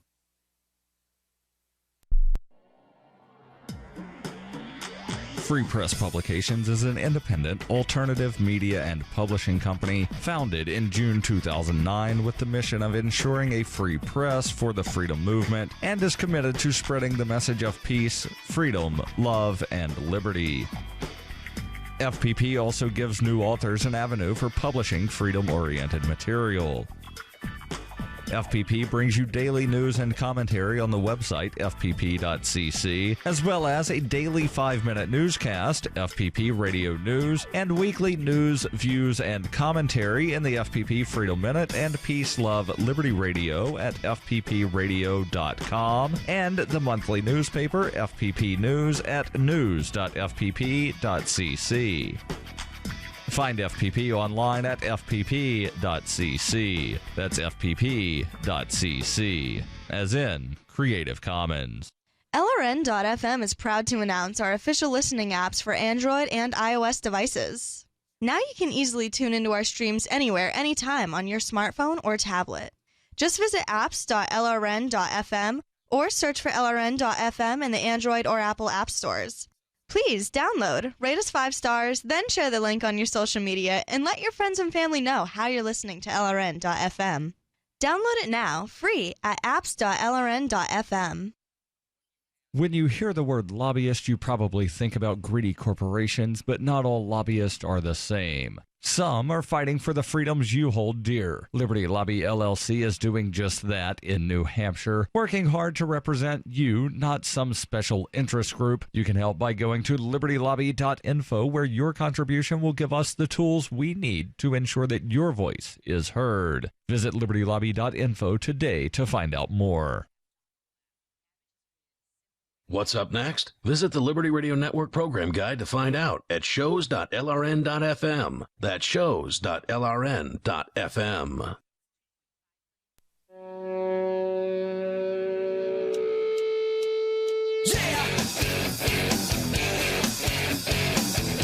Free Talk Live. You can dial toll free. Join us right here. Our number, 855-450-FREE. You want to comment on the future of sex? Mark's saying he doesn't think it's really going to exist between people because the sex robot industry is already out there, and there's these real dolls, as they're called, or sex dolls, that have gotten a lot more detailed since, I guess they've had blow-up dolls forever, right? But this is like the next generation, the 21st century version of that. And we were just watching a video from TLC where they interviewed this guy who looks like the Gary Oldman character from The Fifth Element.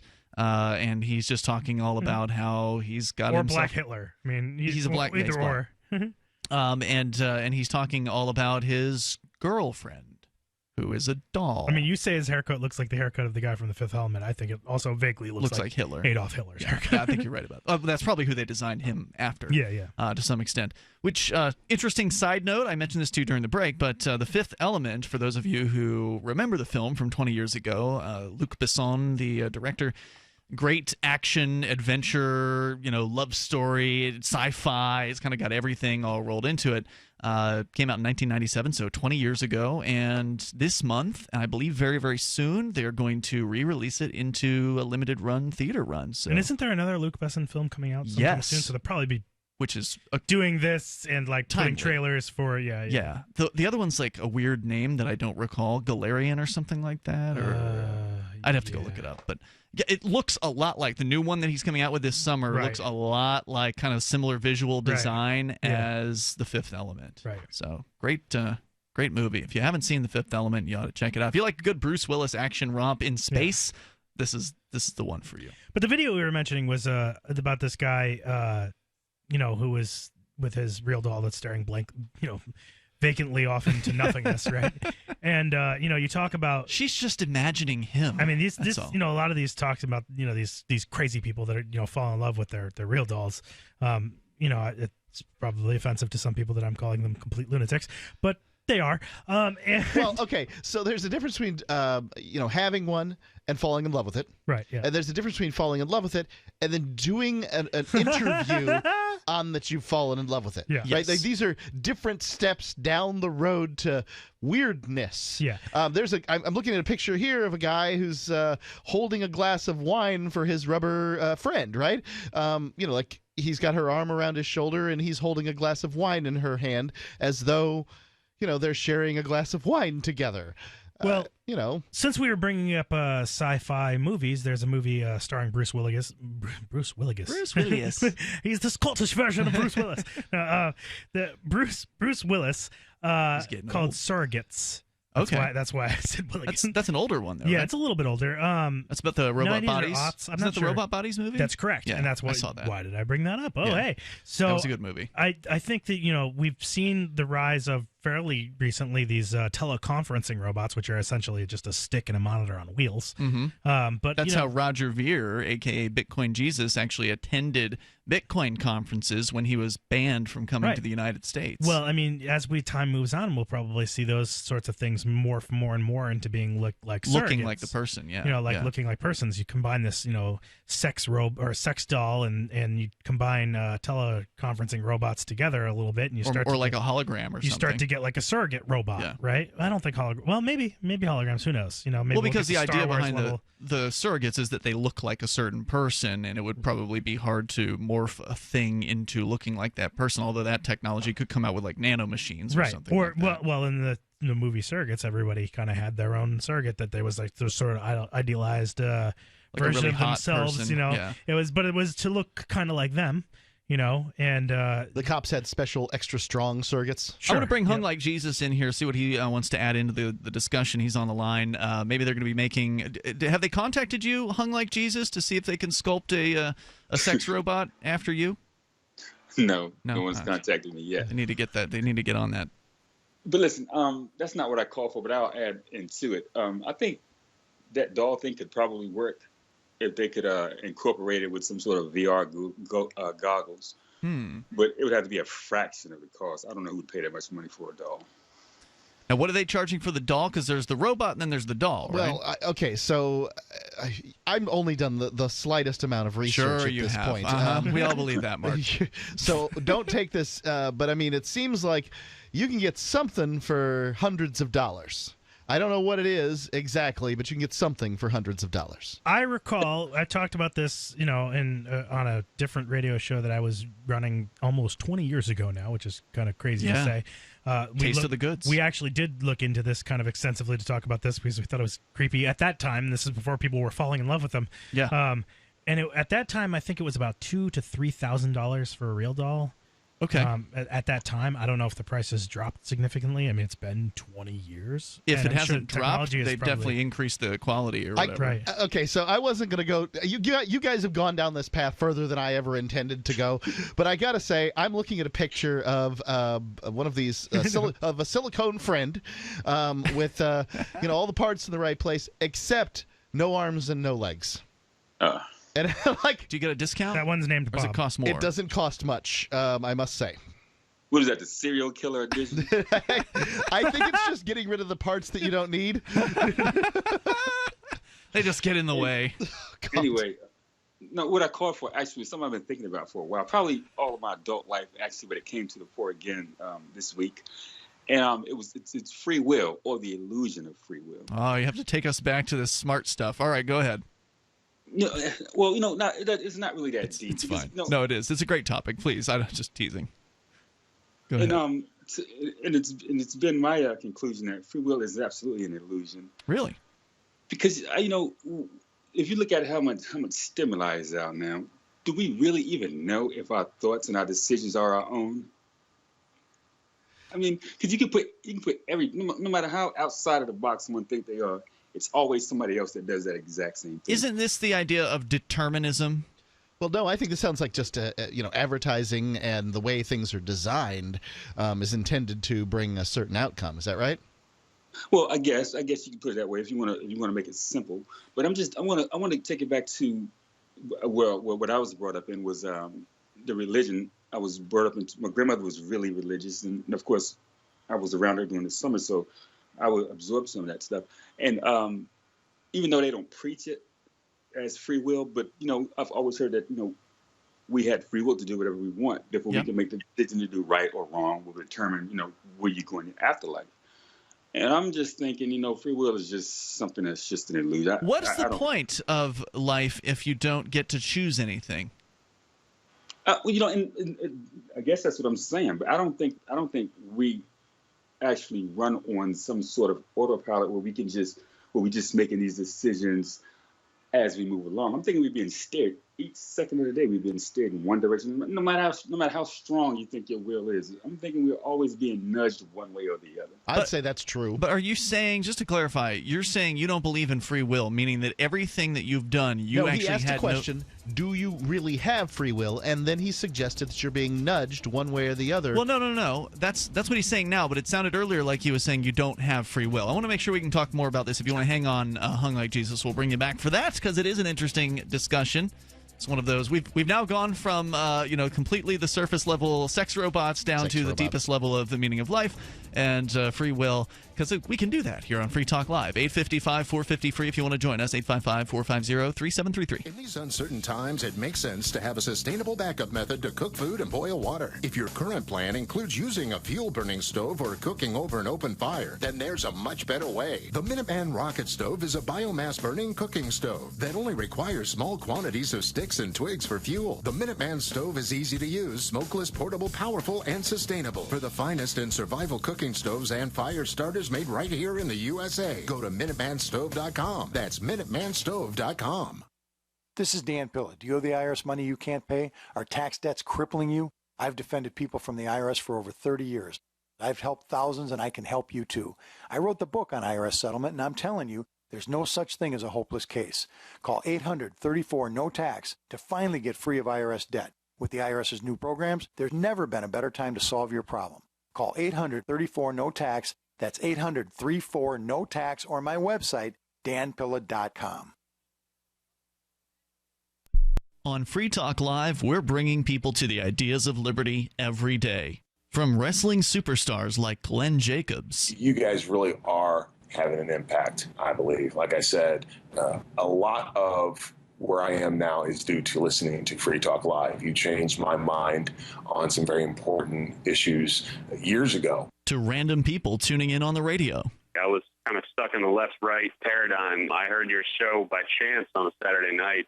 From there, I went on, joined the Free State Project, and become an amplifier. So, I mean, that's really the reason why I amp is because I know that if it wasn't for you guys being on as many stations as you are, I never would have found the ideas of liberty. Your amp will directly change more lives by getting Free Talk Live in front of people looking for talk radio online and on the air.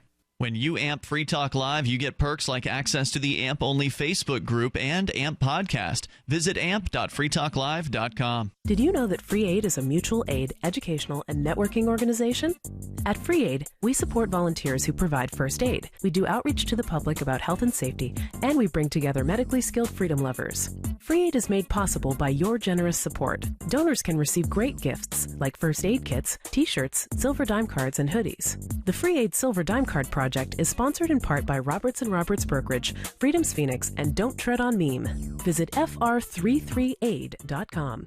You may already know about the Free Talk Live audio-on-demand phone line at 641-793-9660. Did you know that not only can you listen to Free Talk Live via your phone, you can also leave a message and have it delivered to Free Talk Live's hosts? To leave us your thoughts, just dial 641-793-9660. That's 641-793-9660. Press 2 for Free Talk Live, and then hit 0 to leave your message. Money, power, and respect are all yours at CreditSecretsRevealed.com. Be seen as an industry leader. You can do it. The last application you filled out when it was time to hit submit, did your nerves spike? You didn't get the approval you seek, but there's a better way. We teach you exactly what to place into the right systems the right way the first time so you get approved. Get up to $100,000 in instant business credit. Many people will get cash on the spot. Use those two tools in your new corporate credit engine so you can walk into the bank and get your project funded today. It's all about today at CreditSuccessSecretsRevealed.com. Credit Success Secrets Revealed is explosive and ignites instant results. Dial 1-800-707-8719. That's 1-800-707-8719. 1-800-707-8719. Or just go to CreditSuccessSecretsRevealed.com. If you enjoy LRN.FM, please contribute to your favorite shows via their websites and become an amplifier at amp.lrn.fm. That's amp.lrn.fm.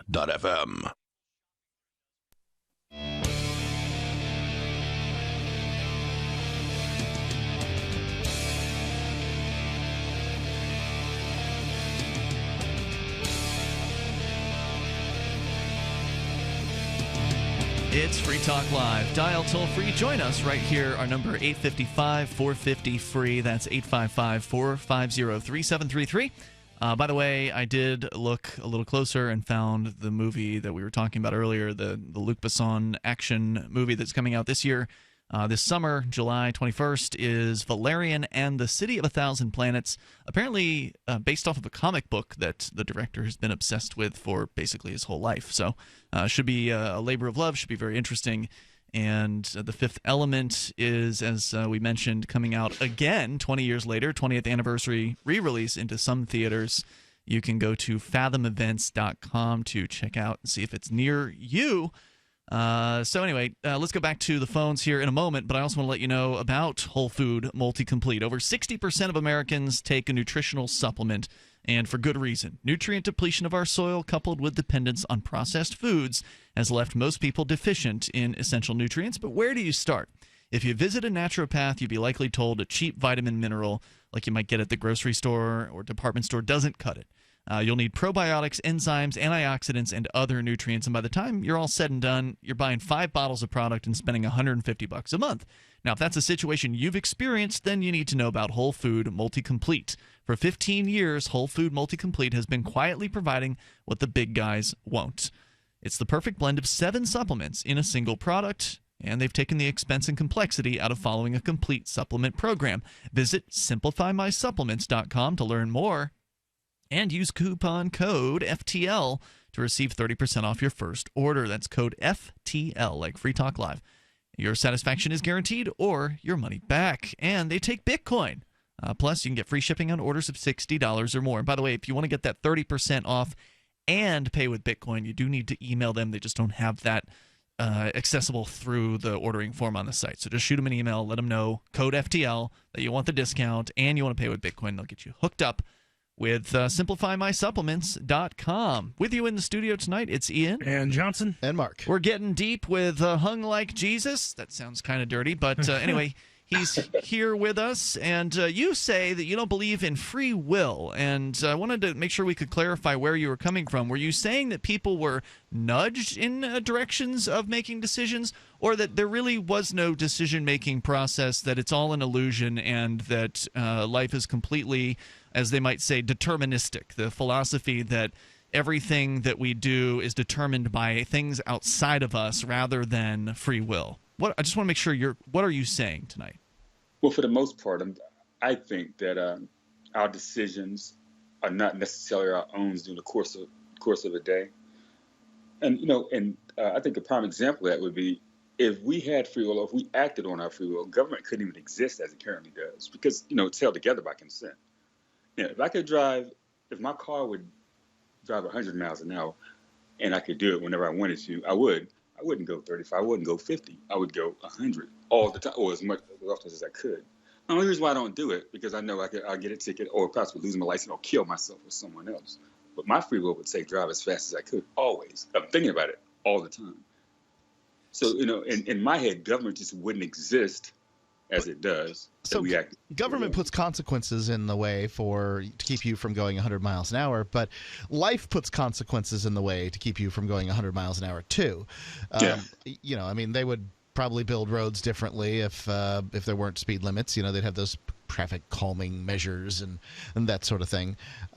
Just saying that, yes, we all want to go fast, but going fast does kill sometimes. That was an oversimplification of my thoughts, of course.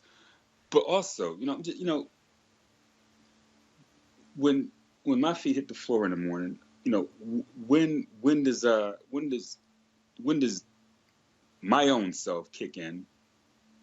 Does it kick in as soon as my feet hit the floor, or does it ever kick in? Because like I said, stimuli is just so heavy these days. It's always something. I don't even know that I spend a quiet second during a 24-hour period. I don't know if 1 second is absolutely just silence. And with that stimuli, it's always perpetuating. You go one way or the other, I'm thinking. Well, that's why some people. If you wanted to argue against free will, right? I could give you a pretty cogent argument against free will. I'm not saying that I necessarily believe this, but being someone who's staunchly skeptical and staunchly atheist, I would give you this. I would present this. So, if you're going to ask someone who believes in free will a question, I would ask the question: which molecules in your brain are not chemicals?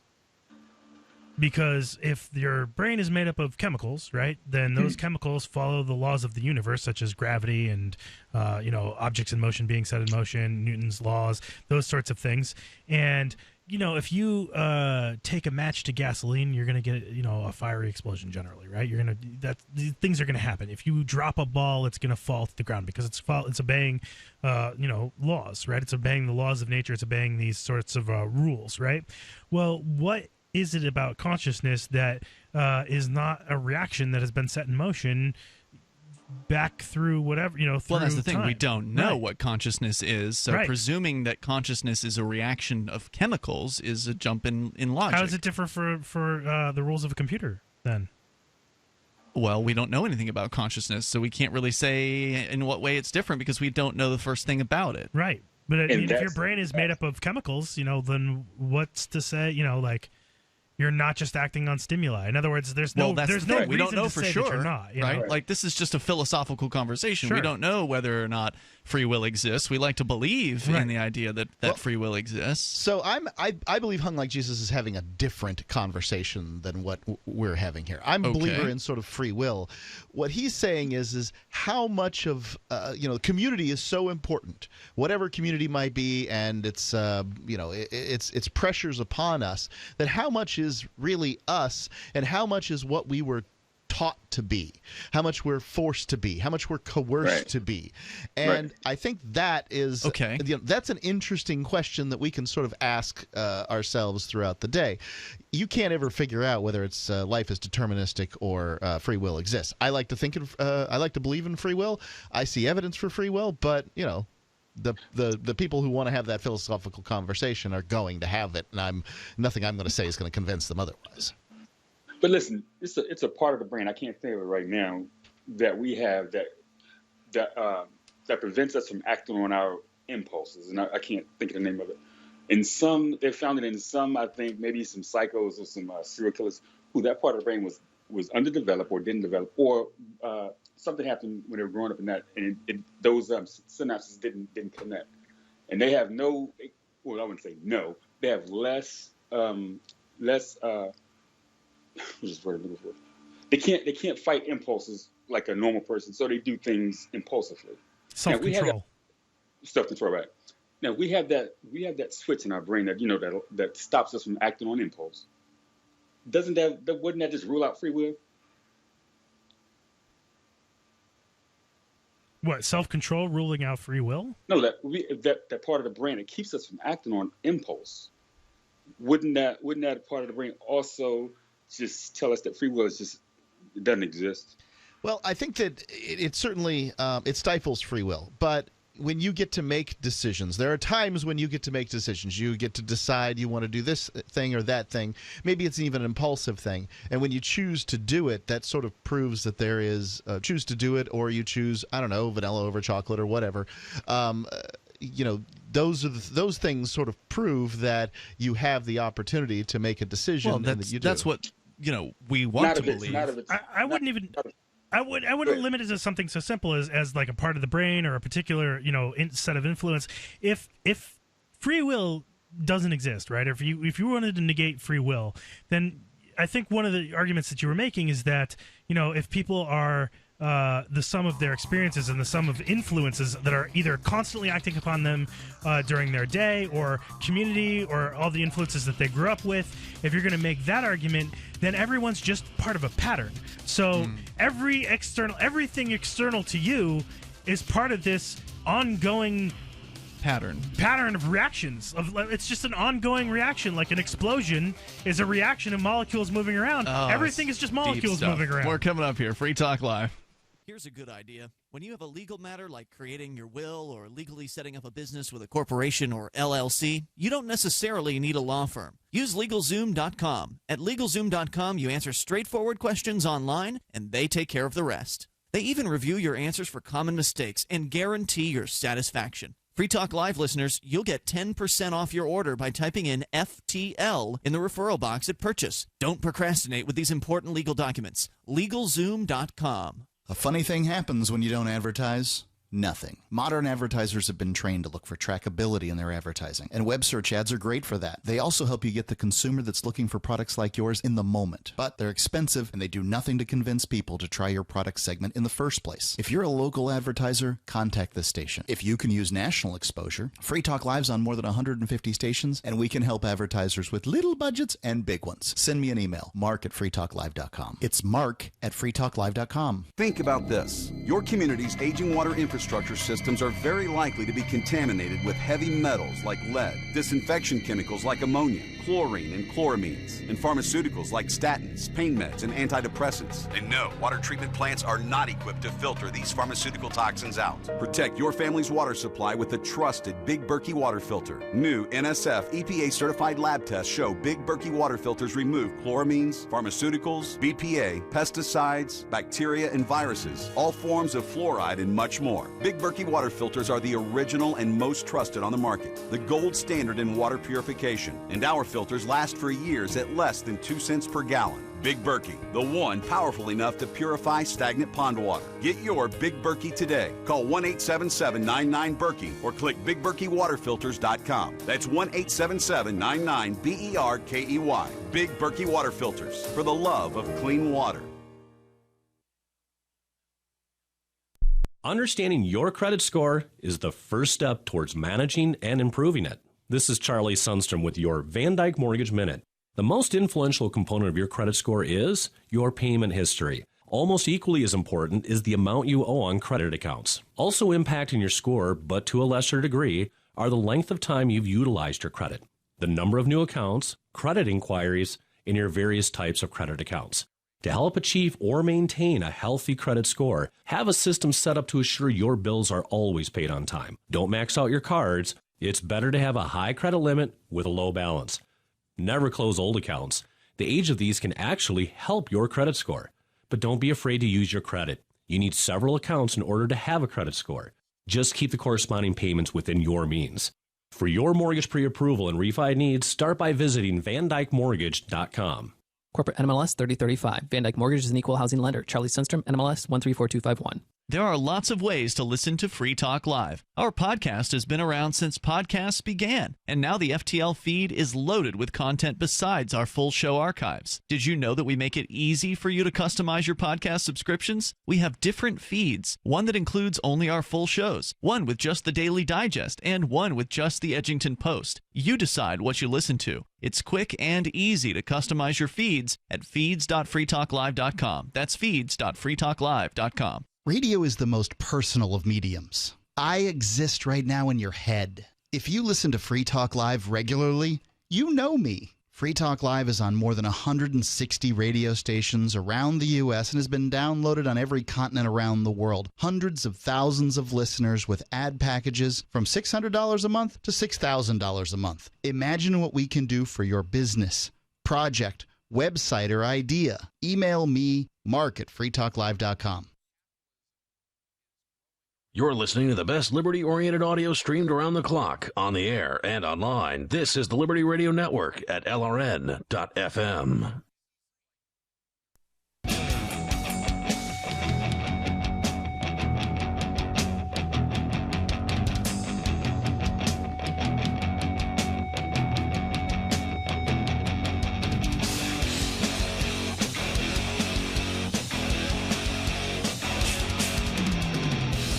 Yep, it's Free Talk Live. You can dial toll-free. You can join us right here. Our number is 855-450-FREE. That's 855-450-3733. And you may Skype in to join us here at Skype username LRN.FM. With you in the studio tonight, it's Ian. And Johnson. And Mark.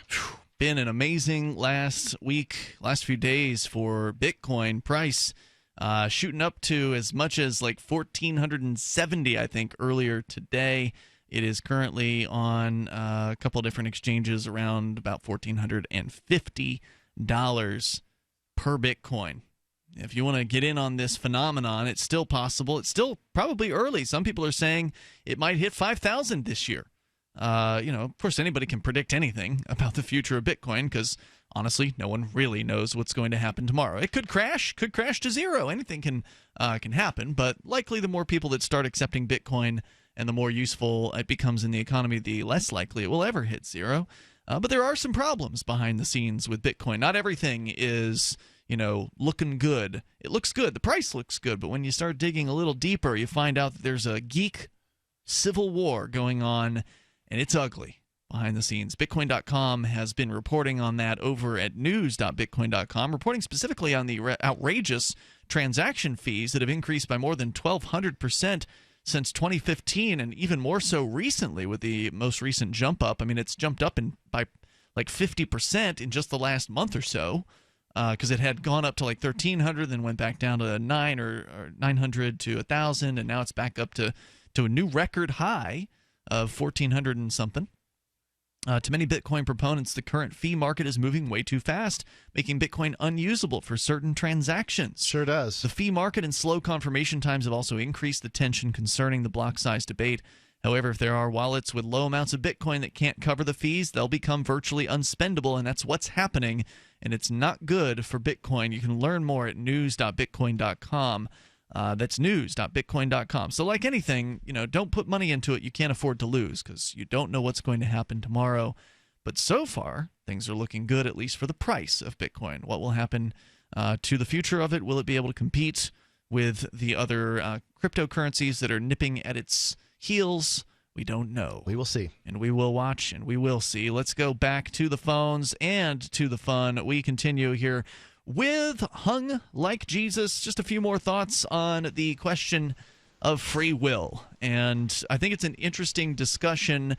I think that the people who make the argument for determinism, which is, Johnson, what you were just doing, expressing this idea that everything is just a pattern, essentially, and that we're part of that pattern. It's an ongoing reaction, let's say. Like, it's an ongoing chemical The Big Bang reaction. is continuing. Sure, this whole I guess. thing. If you consider the Big Bang at the beginning of the universe, it may not very well not be. Sure, who knows? We're speculating there. But, is it all just a pattern that we're subjected to and that we aren't really making choices? Or is it free will and we actually are making these decisions, and it's not really an illusion that there really is a purpose to life rather than just to somehow experience this thing that we have no control over? I know I prefer the idea of free will, but it's hard to really say one way or the other. Hung Like Jesus, you're welcome to share more if you want. Go ahead. Okay. Well, the reason why I brought it up today with you is I was watching a video earlier, and I can't even remember what it was now. But when it came on, it was something completely opposite of what I believed in. But I was just watching. It was maybe 2 or 3 minutes long, and when it came on, and when it first started playing, I was like, it's a pretty good idea, even though it was opposite to what I believe in. And I started putting myself in it, and I started, I could probably think this, but I could probably even do these things. But as it got towards the end of it, I snapped out of it. I said, what just happened here? What just happened? I don't even believe any of this stuff, but I was sucked into it, and I was led down that path. Like hypnotized you. I don't know if it was, I don't know what it was, but and it made me think, how often does this take place, and how often are we even aware of it? Of being influenced by things like media and other people. Being directed, right. That's a good question. Obviously, advertising is about influencing people. So before I moved up here to New Hampshire, I had to have the right car. I felt like I had to have the convertible sports car, looking good, that whole thing. You did. Yeah. I did. Very Metro. Pretty good at that.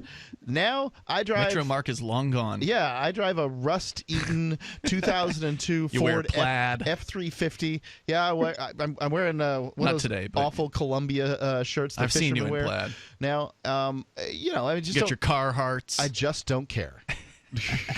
What's that have to do with what he was saying, though? Because he was talking about how we get to, how much of our decision making is our own. How much of my decision making was my own. I see what you're saying. I clearly want two different things. Yeah, you used to go to like Starbucks every day, right? Didn't you? Back in the day? That gave me a nervous breakdown. I can't handle that caffeine. Good food. Go ahead, Hung. Just one more thought, but more so than influence, I think that's just a person maturing and growing up and seeing that, could be some things just not even worth it. I have a convertible now sports car. People said it was a midlife crisis for me, but I've always wanted one. Indeed. They're nice. It's nice to put the top down. Wouldn't look good on the F-350, though. Hung Like Jesus, great call. Good food for thought. I appreciate the discussion. So I've got a thing to say on this a little bit. So, this whole thing about whether or not determinism versus free will and whatnot. So I know I was kind of arguing, I think, fairly well for the deterministic viewpoint, right? But you didn't say that's what you held. Right. And here's the reason why. It's sort of the same reason. So a lot of people will make it, and I come from kind of an objectivist viewpoint a little bit. I kind of like The idea that there is an objective reality. The idea that there's an objective reality and the whole A is A argument, that existence exists. And another something you can't prove, but yes. Right, another something you can't prove. You certainly act like it, though. Oh, yeah. And I act like I have free will as well, because that's what makes the most sense. Right. That's absolutely what makes the most sense. And here's the thing. So the corollary or the opposite to that argument that existence exists is to say that we're all living in a simulation. And that's right. We're all brains in a jar, according to Descartes. Or there's a demon controlling, every thought in existence. Right? I mean, that's the original Descartes philosophy, which evolved into Brain in a Jar, which evolved into the Matrix. Those are all based on the same argument, where people are seriously spending all this time thinking about, we're living in a simulation, and it doesn't matter, because essentially you need to live your life as though existence exists, A is A, that you have to, because living any other way is ridiculous, because you can't prove that. It goes down crazy land. Yeah, it goes down crazy land for no reason. Yep, pretty soon you're up drinking cough syrup and staying up for 3 days in a row, and then committing suicide and setting your house on fire. I mean, it's the same logic it's circular logic again. It's like the Clarence Thomas that we had earlier. It's like the Pascal's wager, saying that, God is real and you have to believe because, heaven and hell. And it's like, well, no, that doesn't, it doesn't follow. And what's right? I don't think Pascal's wager follows, but I do think that acting like reality is reality follows. Right? Yeah, I definitely. I mean, Pascal. That's what I'm saying, though. The not acting that way is like following Pascal's wager. It's like a Pascal's wager for reality, saying, "Oh, we must be demons in a jar, otherwise you're going to go to hell, or you're going to have bad things happen to you." Yeah. Well, the thing about determinism is it's sort of the same thing. If we're all let's say we're all part of an ongoing pattern of reaction, like a reaction of an explosion, or if I, sweep this thing, all this stuff is going to fall to the ground. It's just how the reaction works, and it's going to go, according to a preset set of rules. I'm not doing this. Yeah, like so let's say all of our neurotransmitters and all the chemicals in our brain are responding in a preset fashion based upon the experiences that we've lived in our lives, which we had no control over. Maybe we were hit as a kid, or maybe you got into an accident somewhere, or you react. You're emotional when you drink coffee. All the different crazy circumstances that can influence how you act, right? And let's say that all comes down to a predetermined situation. You don't have any free will, right? Like that's all. Whatever. You're saying that free will doesn't exist because it's all part of a predetermined set of actions and reactions, and you don't have any free will. Well, it doesn't matter, because you might as well act as if you are, because from your point of view, when you're making decisions, if they're part of a pattern, it don't matter. Right. It feels like free will. So act as if. It's the same kind of thing. It's the same sort of set of circumstances. Reality is real. Existence exists. You might as well think you have free will, because basically you do from your point of view. So act as though reality is real. Play the game. I find it, irritating in the sense of stoned college dorm room talk is irritating. Yeah. I mean, what is the point of this? I think it's an interesting discussion, but that's as far as it should go. Of the three of us, who would like stoned dorm room talk the most? Oh, you think they get into this in dorm rooms? Come on, dude. They're not talking about deep stuff. You missed it, man. Well, I didn't go to college. I know. That's how you missed it. You were in prison. I'm just telling you. Did they talk about this in prison? Yes. All right, more coming up. Were you stoned? Maybe that's why you're irritated. You couldn't help it. It's Free Talk Live. Bitcoin.com is of the opinion that the current Bitcoin core development team is not taking satisfactory steps to ensure the growth and advancement of Bitcoin in accordance with Satoshi's vision. As community efforts to resolve these problems have failed, it is necessary to resolve them with a different approach. By using subreddit r/BTC instead of r/Bitcoin and running Bitcoin Unlimited, you are casting a vote against the current development team. Learn more at Bitcoin.com. That's Bitcoin.com. You've said it yourself. We need a healthcare system that focuses on health, not sickness. Health insurance pays for treating sickness but gives you nothing for being healthy. There's a free market healthcare company that gives you freedom from health insurance. They give you a proactive health assessment daily, no charge 24-hour access to doctors. Check them out right now at healthexcellenceselect.com. Any kind of doctor, traditional, integrative, chiropractic, acupuncture, and massage. You'll love the service and price. healthexcellenceselect.com. healthexcellenceselect.com. This Your Family Today tip is brought to you by Ovaltine. Give your kids the nutrition they need to be their best. Visit us at ovaltineusa.com. Telling your child about healthy food choices is important, but showing her what to eat goes a lot further. Have her help create the grocery list, then bring her to the store with you. Picking out healthy foods together helps kids get in the habit of thinking about what they're eating every day. For more tips like these, visit us at parenthood.com/yourfamilytoday. Free Talk Live has partnered with Amazon, the largest internet retailer. Imagine a department store category, and Amazon has it. Books, electronics, office products, furniture, jewelry, automotive, toys, clothing, sporting goods, and dozens of other categories. Now you can shop and support Free Talk Live by entering Amazon through our website. Go to shop.freetalklive.com, and Amazon will send us a portion of your purchase. You're going to do the shopping anyway, so remember to enter through our site at shop.freetalklive.com. That's shop.freetalklive.com. You're listening to the live edition of Free Talk Live. Hour number 3 is next after the news here on the Liberty Radio Network at LRN.FM.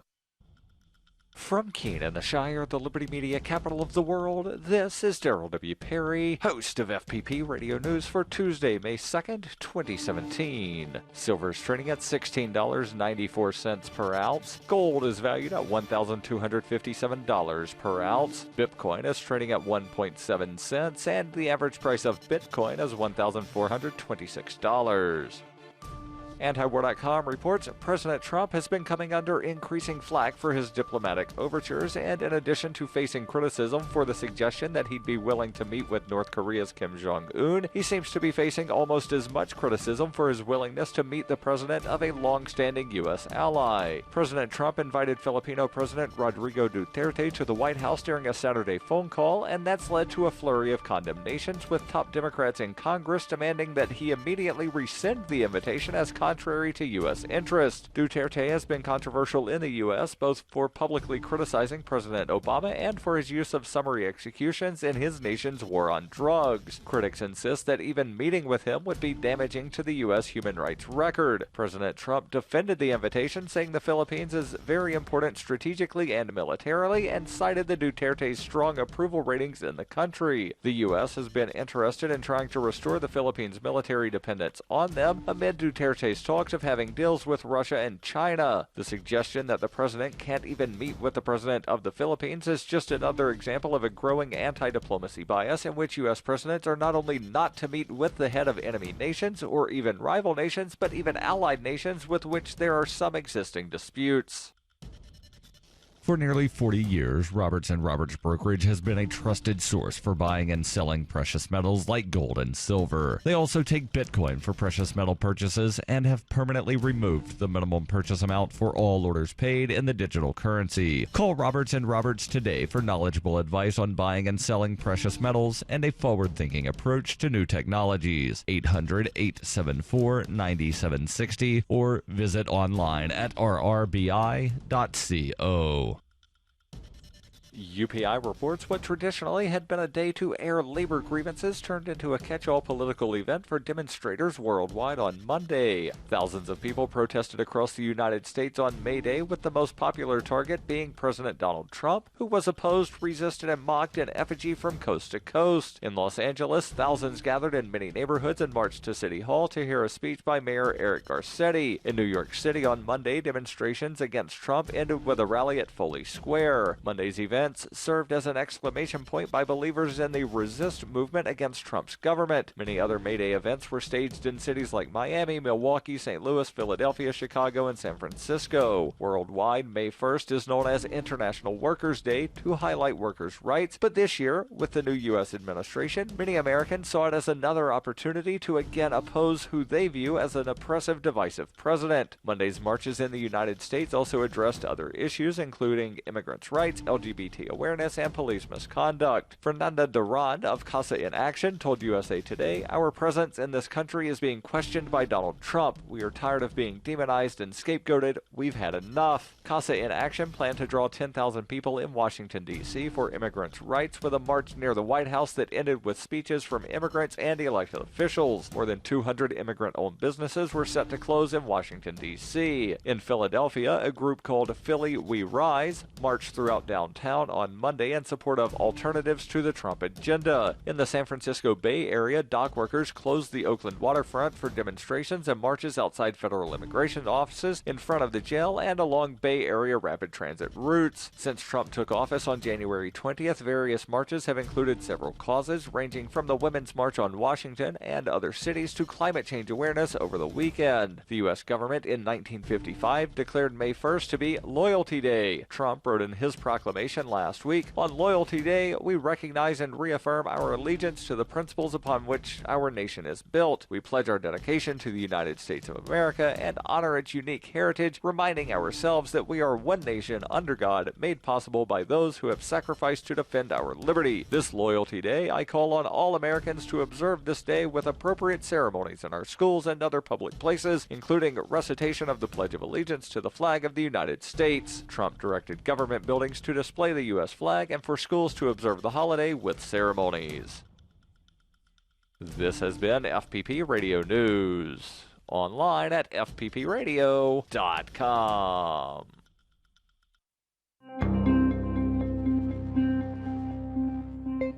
Bewildered paralegal Caitlin Levy says that after returning home from work today, it occurred to her that oddly at no point during her day was she harassed, leered at, or made to feel humiliated or physically threatened. It's weird. Looking back on it, I suddenly realized that not one strange man made a creepy comment at me or an obscene gesture or a sleazy look for like the whole day. How can that be? The 29-year-old told reporters that even at points in her day when she is traditionally almost certain to be made uncomfortable by at least one or two leering male strangers, not a single such instance occurred. I actually got to walk from the train to my office and never once catch some weirdo smiling at me or looking me up and down or slowing down his car to yell some shit out the window at me. I felt weirdly safe or something. This is the Onion News Network.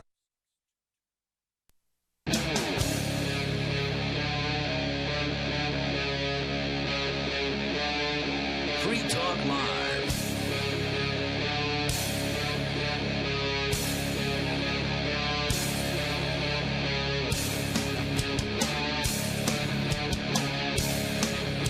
It's Free Talk Live.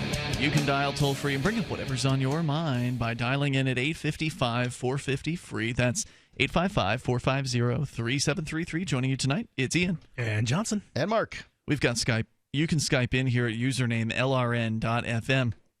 So if you're just tuning in, we've talked about everything from crazy Colorado asset forfeiture or just general forfeiture law that was overturned by the Supreme Court, the Eagles suing Hotel California, and then got in pretty deep into free will and determinism, as well as talking about sex dolls. So we can go anywhere. And I think you might have – did you still have more on the sex doll topic, yeah, a Johnson? Bit. Yeah. If we get a chance, we'll get back to it, but we're going to go to your calls first. First up, we're going to Doug. He's in Minnesota on the amp lines. Hey, Doug. Guys, so nice to hear from you again. Well, it's nice to hear from you. Go ahead with your thoughts tonight. Well, Johnson, you were talking about reality, and there's a reality that people believe exists, which really doesn't. And I want to maybe ask you guys, how many of you, three of you, believe that there was at one time in the recent past that men found fat women attractive? Are we talking about like Rubens paintings? Yeah, or whatever, or the the evidence put forward is portraits from the 1800s and earlier, and pictures from the early days of photography. Are you saying like over? I mean, I think everybody has kind of unique tastes. If we're gonna go there, are we talking obese? Are we talking about a little overweight? I mean, what are we talking about here? I'm talking about if you look at a picture of a chick and she's fat, she's fat. So the big people who you would look at and recognize as heavy, fat, overweight. Was there a time when men found these women attractive? Well, I don't know how to answer because it's a continuum, right? Like there's no body fat, there's morbidly obese, and then there's things in the middle. I would say that weight. I think the way you need to phrase your question is to ask whether or not men would find women more attractive the fatter they are. Is that the way you're trying to phrase your question? That men found women more attractive with increasing waistlines and. Well, there is a shared delusion, mostly among fat women, and I'm going to be the dickhead here, who's going to make everyone pissed off. All right, I'm gonna dump you on that one just because, and actually the dump machine's not working, but I don't know if the DH word is appropriate for radio, but I'm gonna let you go with. You're gonna be a jerk. Go ahead. With that one. Yeah. Oh man. Okay. Yeah. Sorry about that, guys. But yeah, so there's this delusion that hey, at one point men found fat women attractive in the earliest part of the centuries, and when photography first came out. But that's really wrong. And here's the proof. Who are the kind of people who could afford a portraiture to come out and sit for hours and paint their portrait? Wealthy ones. Mm-hmm. Wealthy ones. These are people who also had lots of food. Mm-hmm. Same thing with early days of photography. You see a lot of heavier women. That's because they were those are the families who could afford to hire this brand new technology. So there are so many people who believe that, well, at one time, men chose to be attracted to fat women. And that's just not true. I've never heard that claim before. I've heard that obesity was an indicator of wealth, so therefore that's true. People would be, so attracted. A man might want a sugar mama, is what you're saying, or vice versa. Probably mostly that women were more attracted to fat men than men to fat women. That explains something there, sure. But I would say, right. But there's a lot of women who cling to this wrong notion that some men are attracted to fat women. Some men probably are. They're called chubby chasers. No. Don't get this wrong. Some men will have sex with fat women. That's a behavior. That's a choice. Some men will marry fat women because maybe they feel they can't, attract someone thinner. Maybe they're fat themselves. These are all behaviors. But the male evolutionary biology makes us attracted to certain symmetries of the face and ratios of the hips and waist and ages. That's like saying there's no such thing as gay people.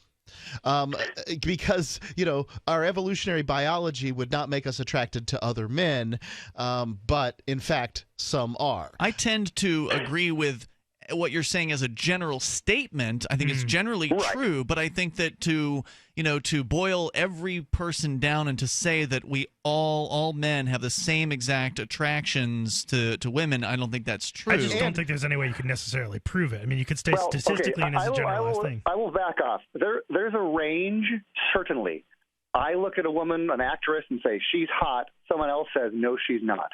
But they all fall into the same symmetry, ratio, age range. But there's also men who they call them chubby chasers. It's not that they don't believe that they're in. It's not that they don't believe that they can be with a younger or more skinny girl. It's that they're not interested in that. They're attracted to a plumper girl. They say more cushion for the pushin', for instance. One of the phrases that you would commonly associate with that. I think though, Ian, you're pointing out more complicated things. Culture, society, and that man's particular life himself. So these do get complicated, but from a physiological, evolutionary biology, evolution, we are attracted to certain symmetries, ratios, and ages. Now that men will compromise for religious, familial pressures and cultural and laziness, that is also true. You see what I'm saying? I see what you're saying, and I don't think it's false necessarily, but I think there are exceptions to those rules. I mean, and he's backed off of it. I bet we could find somebody calling in saying they're attracted to overweight women, or that they're attracted to older women, or whatever. I'll bet some of our listeners are going to have to prove so very much that they are attracted to obese women that they're going to have to send us pictures. And thanks for that, Doug. Thanks a lot. Right. Well, I mean, and again, I think what you're describing are cultural, social, psychological issues that cause men to accept heavier women, especially in today's society when there's such an obesity epidemic going on. There are fewer choices for men who can go out with healthy, women. So The danger I fear, though, is with the women who have fewer choices and believe that there are men out there who will find me attractive, and there will be, certainly, I understand. But you want daughters and young women to have choices in mates. And if they're fat, they automatically have fewer choices. That much is true. Just because of, there's absolutely and that's 100% true for men true. too. Right. You're going to have a better life. Johnson, you just lost a great deal of weight, as did Daryl. Is life better? Have you noticed people treating you differently? Oh, yeah, definitely. Yeah. I mean, life's better when you don't look obese. That's true. It's also easier to get out of bed in the morning, everyone too. in the whole world here, so I just wanted to call in and been thinking about that for a while. But maybe you haven't heard of that thing, but there's a big thing there. Well, in the old days, people liked fat women. No. Yeah, I've never heard that. In the old days, I mean, I believe fat someone would say women that. were rich, But anyway. Interesting. There you go. Thank you for sharing that tonight, Doug. I appreciate the discussion, and maybe somebody else wants to call in and weigh in. You're certainly welcome to do so. Our toll-free number here is 855-450-FREE, 855-450-3733. Yeah, I got the unfortunate, when sometimes life just likes to keep kicking people and kick them over and over and over again, and I didn't get any of the benefits of having it's easier to get up in the morning sort of situation because you got sick. Because I got sick, and that damage has continued to last, and hopefully it'll clear up in a year or two. I mean, I was sort of told months, and it's gone well beyond months from some of the nerve damage. What kind of sickness is this? I had a thyroid storm, which resulted in demyelinated nerves. Essentially, the nerves, work like wires. You were out of town, Mark. The sheathing of the wires has stripped off in a bunch of my nerves, so I'm just constantly in pain. Yeah, that sounds bad. It's not fun at all, and it caused weakness. The weakness has gone away, a lot of it, but it's still unpleasant. Wow. There's more coming up here in moments, and you can join us. But that said, for the average person who loses 150 pounds, it's going to be easier to get out of cars, get out of bed in the morning, that kind of thing. More coming up here. It's Free Talk Live. Warning, if you've recently declared bankruptcy, you're going to want to cover your ears because there's an alternative to bankruptcy and it could be better than you'd ever think possible. But if you've already declared bankruptcy and have missed this opportunity, you'll want to cover your ears now.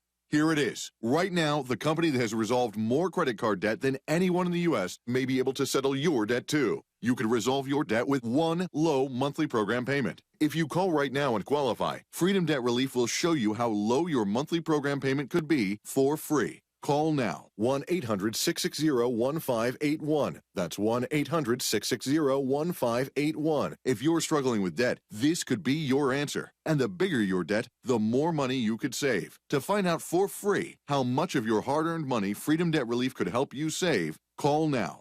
1-800-660-1581. 1-800-660-1581. 1-800-660-1581. Have you racked up more than $10,000 in credit card debt? Are you barely getting by, making minimum payments? You should know the credit card companies are tricking you into thinking there's no way out. Credit card companies would rather you didn't know that there are ways you can become debt-free and you don't have to pay the entire amount you owe. There are debt relief programs that help people like you escape overwhelming credit card debt. National Debt Relief has helped tens of thousands of people just like you reduce more than $500 million of debt. National Debt Relief has helped so many people they're A-plus rated by the Better Business Bureau. You don't have to declare bankruptcy or take out a consolidation loan. You have the right to settle your debt for a mere fraction of what you owe. Reduce a large portion of your debt now. Call National Debt Relief at 800-314-7417. 800-314-7417. That's 800-314-7417.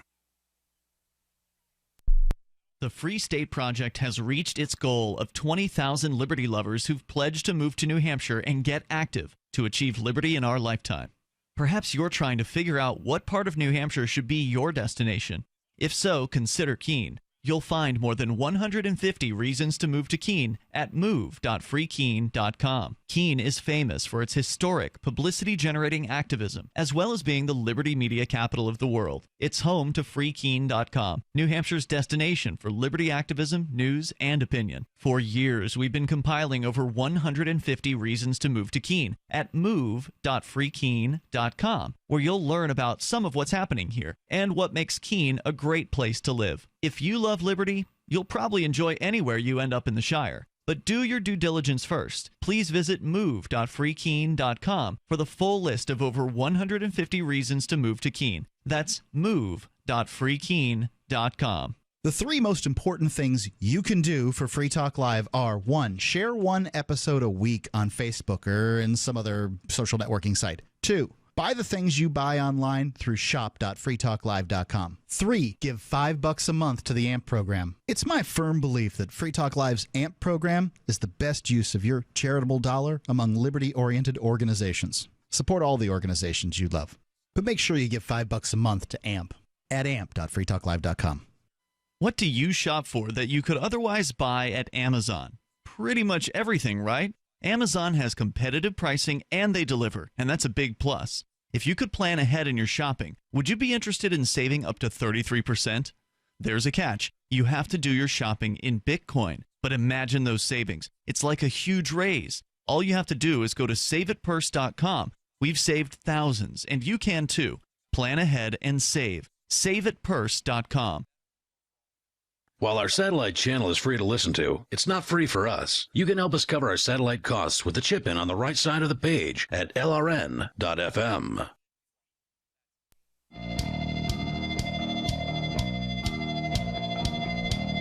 Free Talk Live. Dial toll free and join us right here on the radio. Our number 855-450-FREE, 855-450-3733.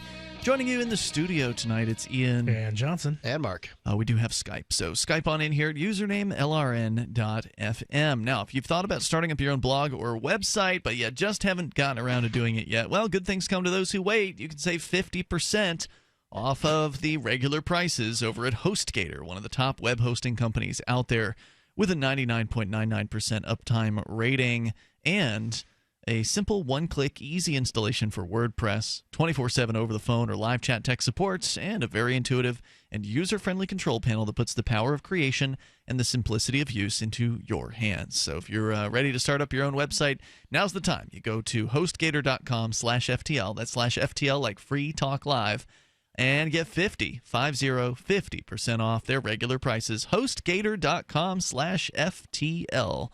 As we continue, we'll take your calls about whatever's on your mind. Let's go to Liberty Lover. He's in Ohio on Skype. Go ahead. What's on my mind tonight actually has to do with parenting. Okay. Recently, there was a YouTube channel that issued an apology called Daddy05. This was a channel where these parents would prank their kids by accusing them of doing bad things, making them cry, breaking their toys and electronics and punishments. Basically, they'd fake their kids doing bad things. And apparently recently their children were taken away from them and given to the biological mother because of this. And I wanted to know your thoughts. Run it by me one more time. They would the channel was about what their parents faking that dude pranking his kids but being mean to them, making them cry, basically. Like, for example, he would spill a bunch of water or juice on the carpet. Yeah. And then he would accuse the kid of doing it just so he could yell at them and break their toys and things and like do it that. on video is what you're saying. Yeah, for attention pretty much. Okay. My answer to that is that our new social media that has struck us, and it's really, really recent in the course of human history. We're talking about only 5 years, maybe, that social media has really, really been so strong. 10 if you want to be generous. But I think I started Facebook in 2005. That's how, and I didn't use it that much back then. Now it's ubiquitous, such that people are all over it. We just, there's a guy in the Liberty community that was recently confronted by a reporter about a post he made on Facebook. And, a reporter would come to your house about a Facebook post is insane. But this is what's going on. If you have this kind of technology, some people are going to misuse it, or some people are going to use it in a fashion that is distasteful. I think that pranking your kids like this it's pretty crappy parenting behavior.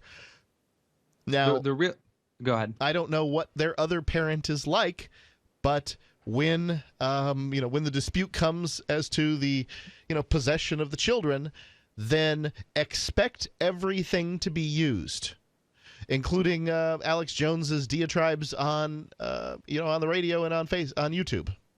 It's great that you bring up how much of an impact anti-social media has had on us. That's what I call it personally, because it seems like people care more about their reputation online nowadays and are willing to do anything to get recognized online. And I notice a lot of these people are total hermit crabs in person. They're always buried in their phones, won't say hello to anybody, but they love doing this kind of stuff just because it gets them more known and they get attention from it when they won't even say hi to anybody. I did find some of these stories here about Daddy05. It's Daddy, the letter O, F-I-V-E, apparently is the channel. Breaking news as of today, apparently 2 of his children removed from his Maryland home after the videos. Charges have not been filed, but the court has granted temporary custody of 2 of the children to their biological mother, Rose Hall, according to the sheriff's office. They oversaw the transition of the children on Friday, which they say went smoothly. In a different article over at the BBC, written about 2 weeks ago, the YouTube pranksters at Daddy05 denied child abuse claims in one recent video in which they swear at their youngest child, sparked a backlash from viewers and YouTubers alike. A different YouTuber who has more subscribers than they do with 5 million, Philip DeFranco, criticized the parents for what he said was abuse. Daddy05's Mike Martin responded with a video in which the whole family pours scorn on the allegations. But on Monday, he also tweeted a statement saying the family had reviewed the concerns and discussed alternative ways to film videos in the future. He's got about 759,000 subscribers. By comparison, the Free Keen YouTube channel has about 13,000. So, swearing at your kids gets you subscribers, apparently. Sorry, go ahead. The controversial video published in April shows the parents pouring ink onto their youngest son's bedroom floor and then blaming him for making the mess. They swear at him angrily for making the mess, and when he denies it, they accuse him of lying. Cody, the boy, then cries hysterically along with his brother Alex, who is also being pranked. And some of the comments claim that these pranks are abuse, while others say the parents are exploiting their children for sponsorship and money. Okay, I'll take both of those. I don't know about abuse. I don't like the term abuse tossed around lightly. But if you're talking about a young kid, they're going to consider this. The poor kid's going to. This is a terrible thing to do. Well, it's kind of funny. You have they made a video called "The Daddy05 Founders Issue Public Apology," and when they say our family is being torn apart from this, I'm starting to wonder if maybe the other parent saw these videos and contacted them and said, "What the heck are you doing to my kids?" And you have people that are afraid of 10-year-olds going on their tablets and finding boobies online when you got stuff like this happening. Yeah. Liberty Lover, thanks for bringing it to our attention. I appreciate the call tonight. I hadn't heard about this channel, and it sounds like neither of you guys had heard about it either. I have heard about that. You have heard about it? I have heard about it, yeah. Have you seen the videos? No, I saw a news article about it. It does sound like a pretty awful thing to do. Yeah. And they're going to claim, and they actually made this video called Blocking the Haters, where it's a response video where they address the criticisms, and the children deny that abuse has taken place, which, of course, they were probably instructed to say that. One of the sons says, "I'm upstairs playing my game right now. How am I being abused?" And to some extent, maybe they're in on it. Maybe they're not really pranking the kids, right. because if mom and dad, or dad and his live-in mom or whoever she is, if they're the ones who are constantly playing pranks on their kids, then the kids have to be expecting to always be pranked by them. Yeah. So it doesn't seem like it would last long. Right. So kids aren't stupid. They can figure this stuff out. So either they're in on it or they've already figured out the scams. Like, oh, there's ink poured on my carpet. I'm supposed to scream now, right? And make a big deal. Like, this could all be a put on, basically. It could all just be an act. They could be like, look, kids, you like it when mommy and daddy get these nice things from the YouTube channel? Look, we get all these paychecks here. If you just keep screaming and acting like you're terrorized by us, we'll make all this money. My son already take you to McDonald's. Asks me questions like, "Is that true?" Because he's expecting me to tease him, and he gets his fair share of teasing. There's no doubt. But at the very least, he can trust me to say yes or no when he asks me that question. So I think it's possible the kids are in on it. If so, it's expect people to be upset if you beat a cat or look like you're beating a cat on YouTube. There's more coming up. 8:55, 450 free. You can take control of the airwaves, bring up what you want.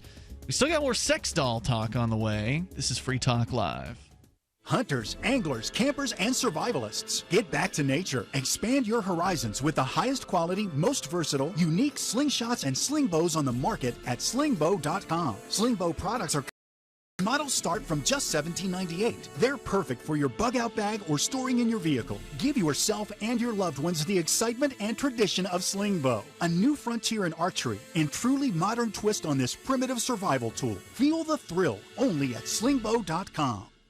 Are you retired or facing retirement and you're afraid your income is going to be less than you'd like? I'm pharmacist Keith. Dr. Wallach, the Dead Doctors Don't Lie guy, and I want to show you a low-cost way to create your own business working around your current schedule, creating extra income that will last for years to come by joining Dr. Wallach's crusade, spreading his message of better health. To learn more, visit radio.recordedvideo.com. That's radio.recordedvideo.com, radio.recordedvideo.com, or call 866-257-3105 for a recorded message.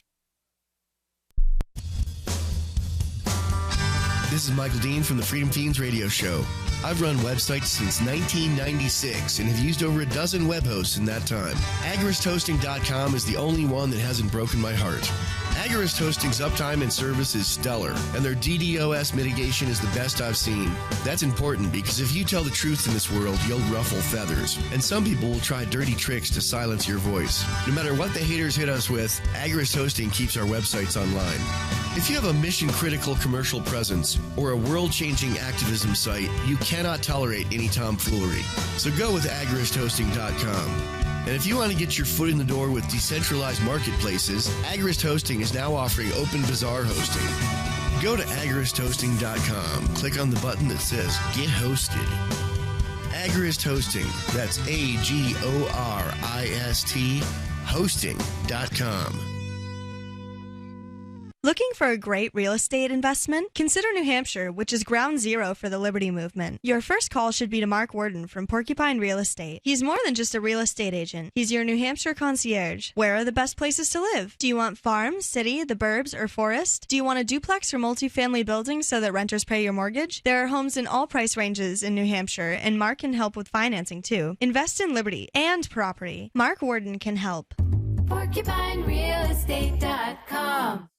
Did you know you can watch Free Talk Live during our live shows 7 days a week from 7 to 10 p.m. Eastern via our studio cams at cam.freetalklive.com? Plus, you can chat with other listeners while you watch, all totally free. Now that our live video stream is hosted by YouTube, our video archives will be online even faster. So be sure to subscribe to our YouTube channel. Listen, watch, and chat all free at cam.freetalklive.com. That's cam.freetalklive.com. Are you tired of brown rust stains on your toilets, sinks, and clothes? Does your water smell and taste bad? Don't live with these problems anymore. HydroCare's revolutionary well water systems, available at Wave Home Solutions, gives you clean, healthy, great-tasting water from every faucet. They remove iron, hydrogen sulfide, sediment, and many other contaminants that are distasteful and damaging your fixtures. You'll be amazed how fresh and clean well water can be. Satisfaction guaranteed. Go to bestwater123.com. That's bestwater123.com. So, you love talk radio? Then you'll love TalkStreamLive.com. TalkStream Live is always on, 24/7, with the best streaming talk shows. Find your favorite talkers and discover some new ones. It's free, readily available online or on any smartphone or tablet.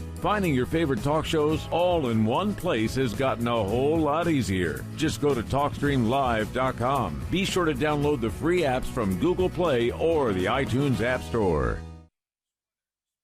Do you love Twitter? Make sure you favorite the LRN.FM Twitter account so you can receive our tweets at twitter.lrn.fm. That's twitter.lrn.fm.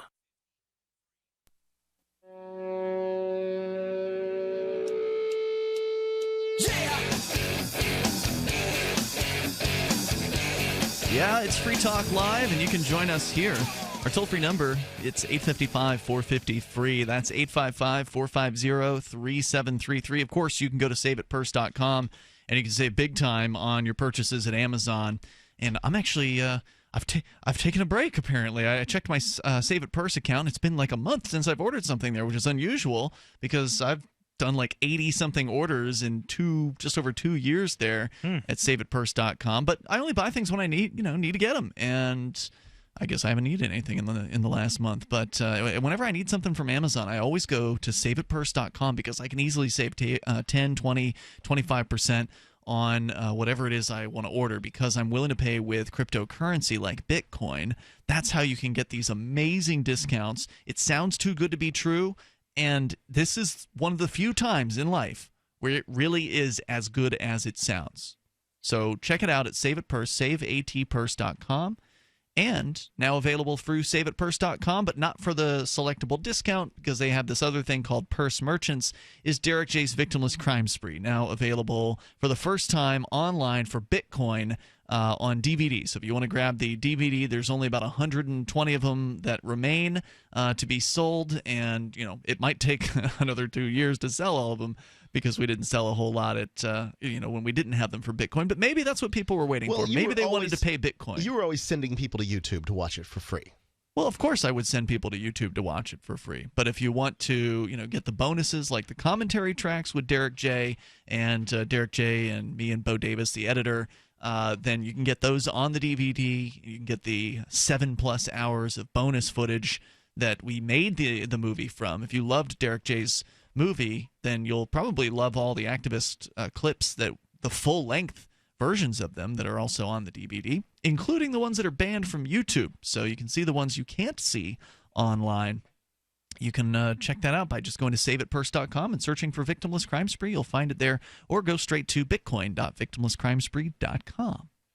As we continue, we'll take your calls about what you want. But Johnson, I know you had another comment or two on the sex doll topic, which we talked about in the second hour. I didn't wrap up, I think, where I was going. I mean, it's probably a little bit predictable, but I brought up that movie Surrogates, and I just think that that the way things are going is that people are going to be able to control sort of surrogates, right? You're going to have people be able to sort of have that kind of combined with the sex industry, and you'll have rather than just a sex robot that's like kind of this lifeless robot sort of thing that might be able to go through the motions of sexual actions, which is what they have now, right? There, in people faking the idea of companionship through these things. You might be able to have, a couple that meets on the internet, and one lives in California and the other lives in Kentucky, and they can have a relationship through these robots or whatever. That there would be some sort of brain stimulation to where it would feel like sex. No. You'd have each one would own their own robot. I see. Let's say it's a male and a female. The male lives in California. The female lives in Kentucky, and the male owns a female robot, and the female owns a male robot, and that might look like the other person or something like that, or they order one to look like that person, right? Maybe, or they claim they look like something and they don't. Or they make that claim, right? Or they, go and specifically have one that's made to look like the other person or something like that. Make one that look like me, only thinner. To specifications or something like that. And then they are able to have a relationship that's virtual and, still have interactions with that person or whatever, like they're there. Interesting. You could take that into both an office environment, right? Like you have your virtual, like these telepresence robots are used for now, is so that somebody can like be a video screen, on a stick that participate in a meeting. But what if it's something that actually looks like the person? Like then they can walk around and interact. You could be able to travel almost in a way instantly, right? Especially as this virtual reality cameras and stuff like that are getting better and better. If you have the eyes and ears of this robot or whatever, essentially a virtual reality device that someone can wear in another location, you're able to basically do instant travel into a robot that looks like another person. I mean, we're on the verge of that technology right now. I mean, that's like not that far away. That just makes things really, really interesting. So it's the idea that you would have a robot at your home that would represent the other person, but they would be controlling it? Yes. Is the idea? Yes. So, like, if they then go to work, the robot just stands there, and then they come home, and then the robot becomes them again, or something like that? I guess, yeah. Like that, the person would have to take control of the robot, obviously, or something like that. Yeah, absolutely. Interesting. I mean, but you know, could happen. But I mean, like, you know, like, okay, you sit down to chat with someone, like, right? Like, What's the difference? Like now, you know, there are people that have online relationships that are, you know, like whatever. So they sit down to chat with someone. Well, what if instead of sitting down to chat with someone, you know, you sit down, you put on some gear, they put on some gear or whatever, and you know, their robot comes up or whatever. Or what? I guess it would be only one person that would put on the gear, because then it would be the other person. Or would they both have a robot? One person would be traveling. Well, they might both have a robot, or maybe only one would have a robot, because then one person is essentially virtually traveling to the other. Right. Isn't it possible that these robots could have sort of matching the ability to sense the position of the real person, right? The robot has the ability to sense the position of the real person, and then transmit that information via the internet to the other robot. The video feed turns and looks at you. The video feed and you know, sort of sensors around its body that can then position the like, you know, you're controlling a robot by reacting to the robot on your side. And I mean, this sounds like something that's 5 years away maximum. It sounds like we're almost there with that. Yeah, you know, virtual reality is basically there now. Essentially, you're just driving something. Essentially, you know, it's like you're, you know, getting in the driver's seat, but it's a you have an avatar. But you wouldn't have to use exactly. You wouldn't but have to in the use real world. remote controls for it, because you just interact with the rubber friend that you have here, and then the rubber friend would sense your position and send that information to your rubber avatar in Chicago, and then the other person's would be sending the same information to your rubber friend here. Yeah, like that's what you're talking about. Yeah, exactly. Yeah, I'd say that's on the way. Yeah. Seems plausible. I don't think it's that far off. And it's just, you know, it's interesting because, and then, you know, the other thing to take thought of is that as well, Facebook, for example, has this new program that they've got to, they're starting brain interface. They're like really starting to focus on brain interface computers. Really? Now starting to make it so that people can type with their brain. You know, so you're talking about like the Matrix where you jack in? Different. They actually are really focusing on trying to make something that where there's not nothing invasive. Nothing invasive. Where there's like a little sensor and it senses your thoughts, kind of thing. Where you can type. Boy, talk about a dangerous chat room. They're up to 8 words a minute. They're already up to 8 words a minute. Wow. Yeah. So obviously they want to bring that up, but they're up to 8 words a minute with this device. And of course they own Oculus. Facebook bought Oculus, which is one of the major virtual reality gears out there, one of the headset devices. So I mean, combine those two together, where you've got the Oculus thing on and it's sensing your thoughts. I'm thinking even longer term. I'm thinking, like, what if we do get to the point of where we get to really good virtual reality, like the Matrix or something like that? Then people can have these completely virtual relationships. Like where you have an avatar that really is an avatar. It can be anything. You can be anything you want. Finally, the furries don't need to wear the suits anymore. All right, let's go to Jarls. He's in Los Angeles. You're on Free Talk Live. Hello, Jarls. Hello, gentlemen. I do believe we will get to a point where the robots will be sophisticated enough, and we will be able to have relationships as well. And you will see videos of people probably blaming their robots on doing something they didn't. That's how sophisticated it will be. Does that comprehend? Sure. Oh, sure. Sounds plausible. I think it's going to be an entirely different world. It gets so weird the farther we get out into the future that it's just unpredictable. Yes, you'll be able to use your Bitcoins to buy a fat robot. Indeed. Yes, but as a serious note, have you heard of the actor Ed Asner? Sure. Well, he has come out with an interesting study with a whole plethora of engineers having a reinvestigation, a serious one, of the Tower 7. Ed Asner, Tower 7.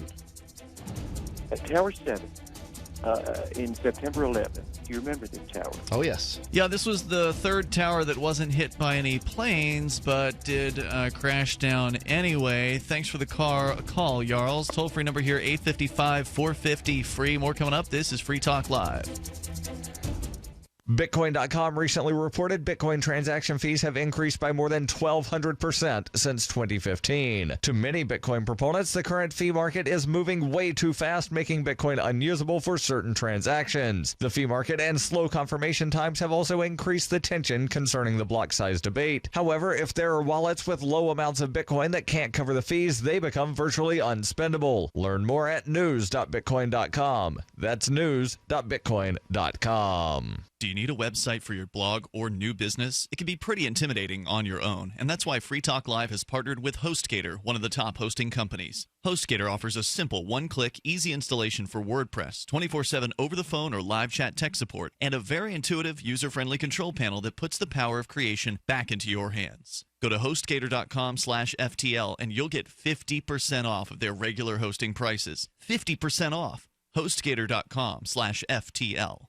Have you checked your Google search results lately? Search results are usually the first impression that people form of you or your business, so make sure that they create a positive impression with ReputationDefender.com. What the internet says about you can have a big impact on your life and your livelihood, even if it's not true. Fortunately, you can now control how you look online and in online search results with ReputationDefender.com. Call 800-831-0771 now. That's 800-831-0771 for your free reputation analysis. If you have negative material from an ex-employee, upset patient, or former client, newspaper article, legal issue, social media, or other source showing up in your search results, you can combat it with ReputationDefender.com. Our dedicated experts in patented technology can help make your online search results look their best. Call 800-831-0771 to learn more. 800-831-0771. That's 800-831-0771. Or visit ReputationDefender.com.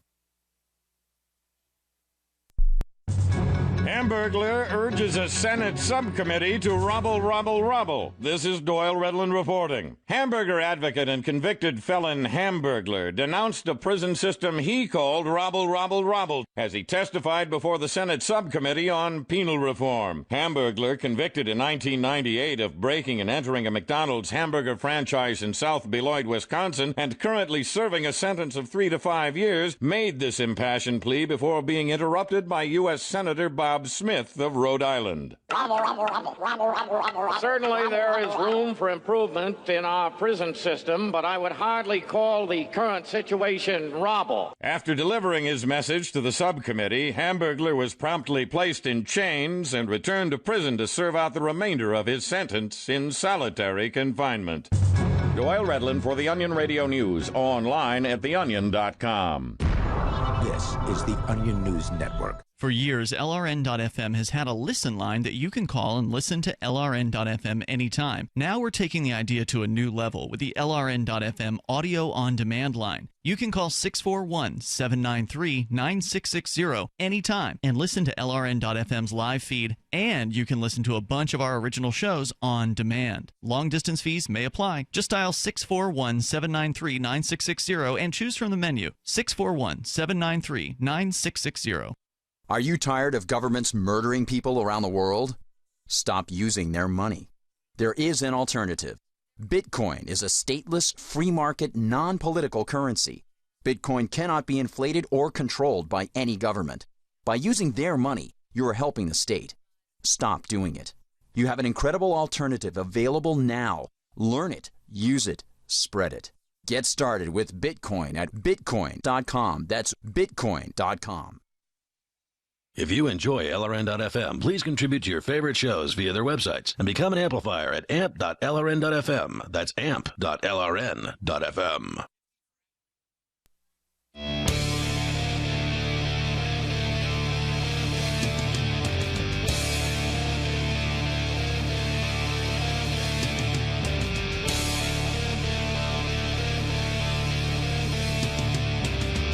It's Free Talk Live. Dial in toll free. Join us right here. Our number is 855-450-FREE. That's 855-450-3733. With you tonight, Ian here. And Johnson. And Mark. We've got Skype as well. So do Skype in and join us. Even in these remaining moments, we've got enough time for you. If you dial right now, our Skype username is LRN.FM. You do need to send a contact request first. We'll approve it as soon as we notice it come in, and then you'll be good to call us from that point forward. We continue here with your calls and thoughts. Tom's in Baltimore. And, Tom, you're on Free Talk Live with Ian Johnson and Mark. Go ahead. Real quick, the guy that called on Skype who was pondering about free will, I wanted to remind you, we talked, I guess it was last year, if you recall, about a Dr. Fallon who was doing brain studies. That was his specialty.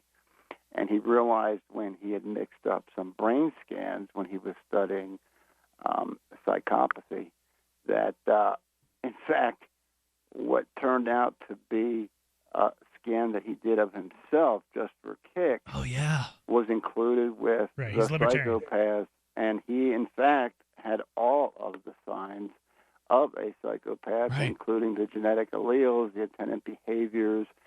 He had half of the traits listed in the Right. What was his name again? Dr. Fallon. I think it was James Fallon. I'm not sure the first name. Yeah, that was fascinating. I think now, here's what he said. Dr. Psycho. He was asked, of course, when he wrote a book about this, which was pretty brave in and of itself to admit all of that. Well, why aren't you a crazy, murderous nut? What makes you successful? And here's what he had to say. He said that he had asked people in his life to be honest with them and to let them know what they really thought about his interactions with them and his behavior. And he said, most of them were honest and said, you're pretty much an a-hole, but you do have some redeeming qualities. And he said he really took a hard look at himself and started to, before he acted and before he did things, think to himself, well, what would a good person do? And what would this other person feel if I did X, Y, or Z? And he said, what I ended up doing, if I can quote him, he said, it's just the day-to-day decision not to be an a-hole. And I'm, of course, editing that for the radio. Thank you. So he's utilizing free will to overcome all of these otherwise hurdles and things that would make him be anything but a good guy. And he added that in his early years, his family was very decent. They loved him as a child, and he thought that also was a large contributing factor. Well, you're making arguments against free will by saying those things, right? Well, no. In the end, and there's always He's just saying that influenced him to be a better person. Right, but those could be things that are influencing against free will. In other words, those are the things that set him up to be able to overcome the there's other always neurological environmental factors that are going to sway a person one way or another, but that doesn't negate the fact that you can still have free will. In fact, that's what he says at the end of the day.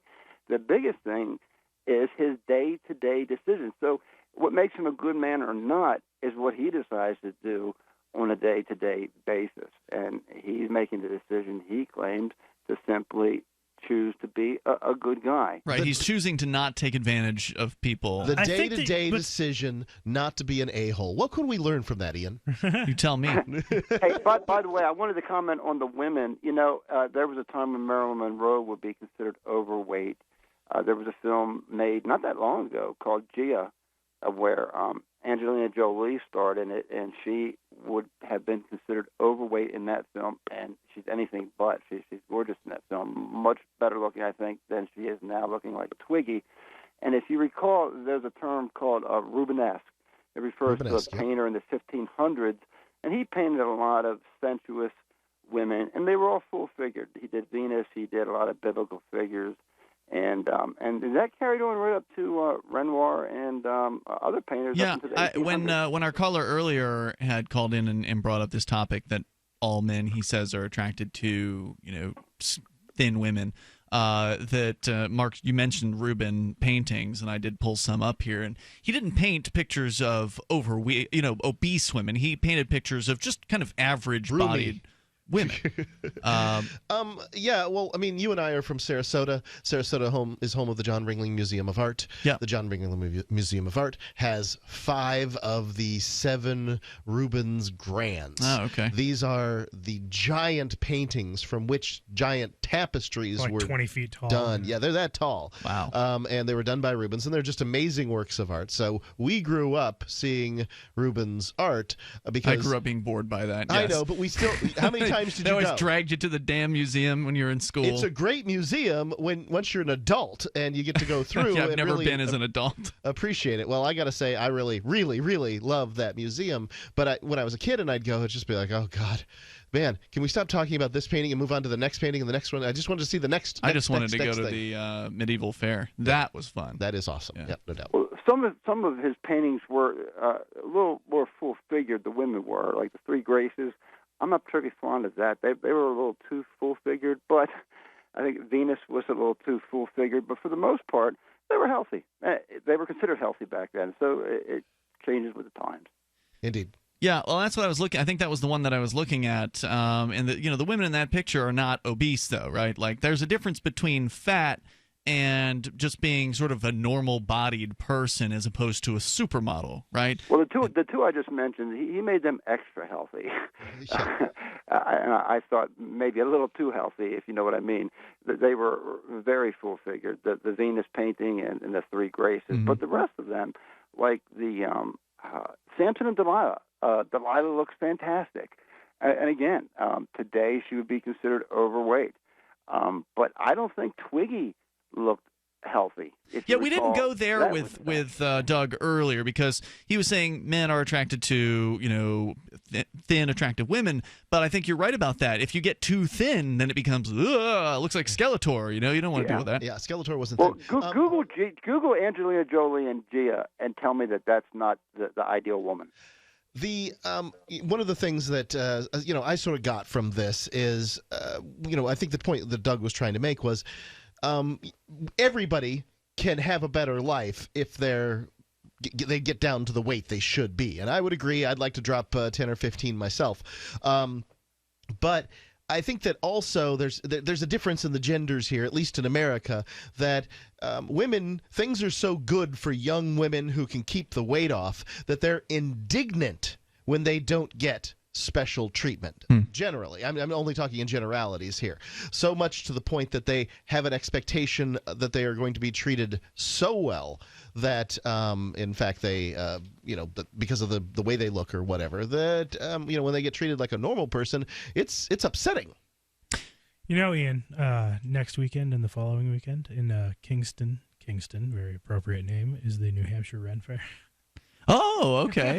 Yeah, I bet it's not as big as the one that they had down in Sarasota. You never know. We're up in woodsy area. It could be very, well done. You never know. It could be. Unlike in Florida, where it's all just fields. By the way, guys, there's a saying about girls who meet the ideal quote-unquote weight and figure that they don't need to try as hard. So girls that don't are skilled in many things. Thanks, Tom, for the call tonight. I appreciate hearing from you. Good discussion. Have you guys ever seen the engineer's hotness craziness ratio chart? No, I haven't seen that. You haven't seen maybe the I hotness have. Craziness ratio? Actually, maybe I have. I'm sure it's probably true for men too, but it's aimed at women. The suggestion is that there is no such thing as a craziness less than 4, right? Right. So, no matter how ugly they are, is what you're saying. No such thing as a woman who is less than a like 4 on a scale on the of scale 1 to 10. Yeah. And then they have these sort of the ratings versus 4 to 10 on the craziness scale, 1 to 10 on the hotness scale, and then there's like the no-go zone. Don't mess with this. If they're crazy and ugly, crazy and ugly, don't go there. And then there's the fun to fool around kind of zone. There's the marry this zone. That sort of thing. I always get confused by the ratings. Ratings people. Is it based on age? Or is it? You talking about the 1 to 10 thing? Yeah, the 1 to 10 thing. Are we? No, I think it's based on what everybody's individual preferences are. So some people are attracted to younger or older or whatever. Well, I mean, what about the category of hot for her age? Yeah. Isn't there a category for that? Yeah, like Pamela Anderson. Right, we were just talking about her the other day. She's like in her 50s, but she still got it, right? For a lady that age. You look up a picture of Pamela Anderson, it's hard to find one that's recent, right? No, it's not. Okay, well, just Google her. Recent pics come right up. Okay, well, she's in the news because of the Julian Assange thing. I didn't spend a heck of a lot of time. For those that don't know, Pamela Anderson's been visiting Julian Assange at the Ecuadorian embassy. Thank you for your service, Pamela. There you go. So we'll see you tomorrow night online in the meantime. And no returns yet from the Santa Fe vote today on the sugar tax. We'll have more about that tomorrow, I bet. Since time began, tyrants have taken aim at personal liberties. Now there's a movie that aims back. The government has no more right to tell us what to put in our bodies than they have to take our guns or tell us what books we can read. 6 drug police were eaten by bears while raiding a marijuana farm. On your knees, you dirty hippies! Jesus. On your knees! What's the problem, officer? Today, many cops who enforce pot laws do so only because it provides them with cushy jobs, good benefits, and a chance to push people around. I was an undercover narcotics officer. The drug war is nothing but a farce. The Second Amendment says you got to keep you and your gat intact. Guns and Weed, The Road to Freedom. A film by Michael W. Dean and Nima Vadadi. DVD available now at gunsandweed.com or on Amazon. That's gunsandweed.com. Makes the perfect gift. Remember, that's gunsandweed.com.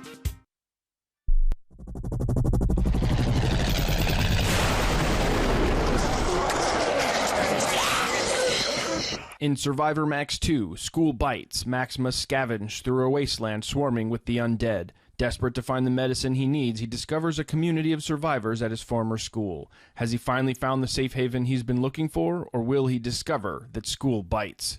Look for Survivor Max on Facebook, read reviews on Amazon, and read Chapter 1 at survivormax.com. The 3 most important things you can do for Free Talk Live are: 1. Share 1 episode a week on Facebook or in some other social networking site. 2. Buy the things you buy online through shop.freetalklive.com. 3. Give $5 a month to the AMP program. You likely buy all kinds of things online. Amazon is the largest online retailer. You can get what you need at the same prices with free Super Saver shipping by going to shop.freetalklive.com. Please do your online shopping at shop.freetalklive.com.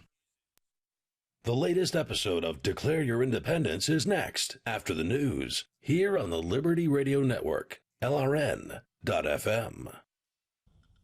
From Keene, the Shire, the Liberty Media capital of the world, this is Daryl W. Perry, host of FPP Radio News for Tuesday, May 2nd, 2017. Silver is trading at $16.94 per ounce. Gold is valued at $1,257 per ounce. Bitcoin is trading at 1.7 cents, and the average price of Bitcoin is $1,426. Antiwar.com reports President Trump has been coming under increasing flack for his diplomatic overtures, and in addition to facing criticism for the suggestion that he'd be willing to meet with North Korea's Kim Jong-un, he seems to be facing almost as much criticism for his willingness to meet the president of a long-standing U.S. ally. President Trump invited Filipino President Rodrigo Duterte to the White House during a Saturday phone call, and that's led to a flurry of condemnations, with top Democrats in Congress demanding that he immediately rescind the invitation as contrary to U.S. interest. Duterte has been controversial in the U.S. both for publicly criticizing President Obama and for his use of summary executions in his nation's war on drugs. Critics insist that even meeting with him would be damaging to the U.S. human rights record. President Trump defended the invitation, saying the Philippines is very important strategically and militarily, and cited the Duterte's strong approval ratings in the country. The U.S. has been interested in trying to restore the Philippines' military dependence on them amid Duterte's talks of having deals with Russia and China. The suggestion that the president can't even meet with the president of the Philippines is just another example of a growing anti-diplomacy bias in which U.S. presidents are not only not to meet with the head of enemy nations or even rival nations, but even allied nations with which there are some existing disputes. For nearly 40 years, Roberts & Roberts Brokerage has been a trusted source for buying and selling precious metals like gold and silver. They also take Bitcoin for precious metal purchases and have permanently removed the minimum purchase amount for all orders paid in the digital currency. Call Roberts & Roberts today for knowledgeable advice on buying and selling precious metals and a forward-thinking approach to new technologies. 800-874-9760 or visit online at rrbi.co. UPI reports what traditionally had been a day to air labor grievances turned into a catch-all political event for demonstrators worldwide on Monday. Thousands of people protested across the United States on May Day, with the most popular target being President Donald Trump, who was opposed, resisted, and mocked in effigy from coast to coast. In Los Angeles, thousands gathered in many neighborhoods and marched to City Hall to hear a speech by Mayor Eric Garcetti. In New York City on Monday, demonstrations against Trump ended with a rally at Foley Square. Monday's events served as an exclamation point by believers in the resist movement against Trump's government. Many other May Day events were staged in cities like Miami, Milwaukee, St. Louis, Philadelphia, Chicago, and San Francisco. Worldwide, May 1st is known as International Workers' Day to highlight workers' rights, but this year, with the new U.S. administration, many Americans saw it as another opportunity to again oppose who they view as an oppressive, divisive president. Monday's marches in the United States also addressed other issues, including immigrants' rights, LGBT awareness, and police misconduct. Fernanda Duran of Casa in Action told USA Today, "Our presence in this country is being questioned by Donald Trump. We are tired of being demonized and scapegoated. We've had enough." Casa in Action planned to draw 10,000 people in Washington, D.C. for immigrants' rights, with a march near the White House that ended with speeches from immigrants and elected officials. More than 200 immigrant-owned businesses were set to close in Washington, D.C. In Philadelphia, a group called Philly We Rise marched throughout downtown on Monday in support of alternatives to the Trump agenda. In the San Francisco Bay Area, dock workers closed the Oakland waterfront for demonstrations and marches outside federal immigration offices, in front of the jail, and along Bay Area rapid transit routes. Since Trump took office on January 20th, various marches have included several causes, ranging from the Women's March on Washington and other cities to climate change awareness over the weekend. The U.S. government in 1955 declared May 1st to be Loyalty Day. Trump wrote in his proclamation last week, "On Loyalty Day, we recognize and reaffirm our allegiance to the principles upon which our nation is built. We pledge our dedication to the United States of America and honor its unique heritage, reminding ourselves that we are one nation under God, made possible by those who have sacrificed to defend our liberty. This Loyalty Day, I call on all Americans to observe this day with appropriate ceremonies in our schools and other public places, including recitation of the Pledge of Allegiance to the flag of the United States." Trump directed government buildings to display the U.S. flag and for schools to observe the holiday with ceremonies. This has been FPP Radio News. Online at fppradio.com.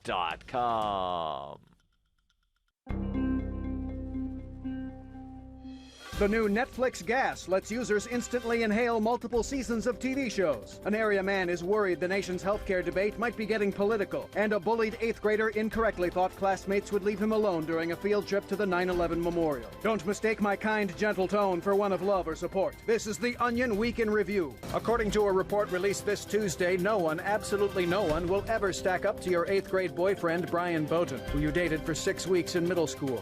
A 43-page study from Stanford University confirmed that no other guy in your life will ever be as kind or caring as the 13-year-old who held your hand during the scary parts of Jurassic Park, who had that really cool chain wallet, and who bought you 2 pink carnations on Valentine's Day. The report added that while your current boyfriend does have a lot going for him, he will certainly never cut class with you to listen to the Dead Kennedys' Frankenchrist on a Sony Discman. Brian used to do that with you. He used to do it all the time.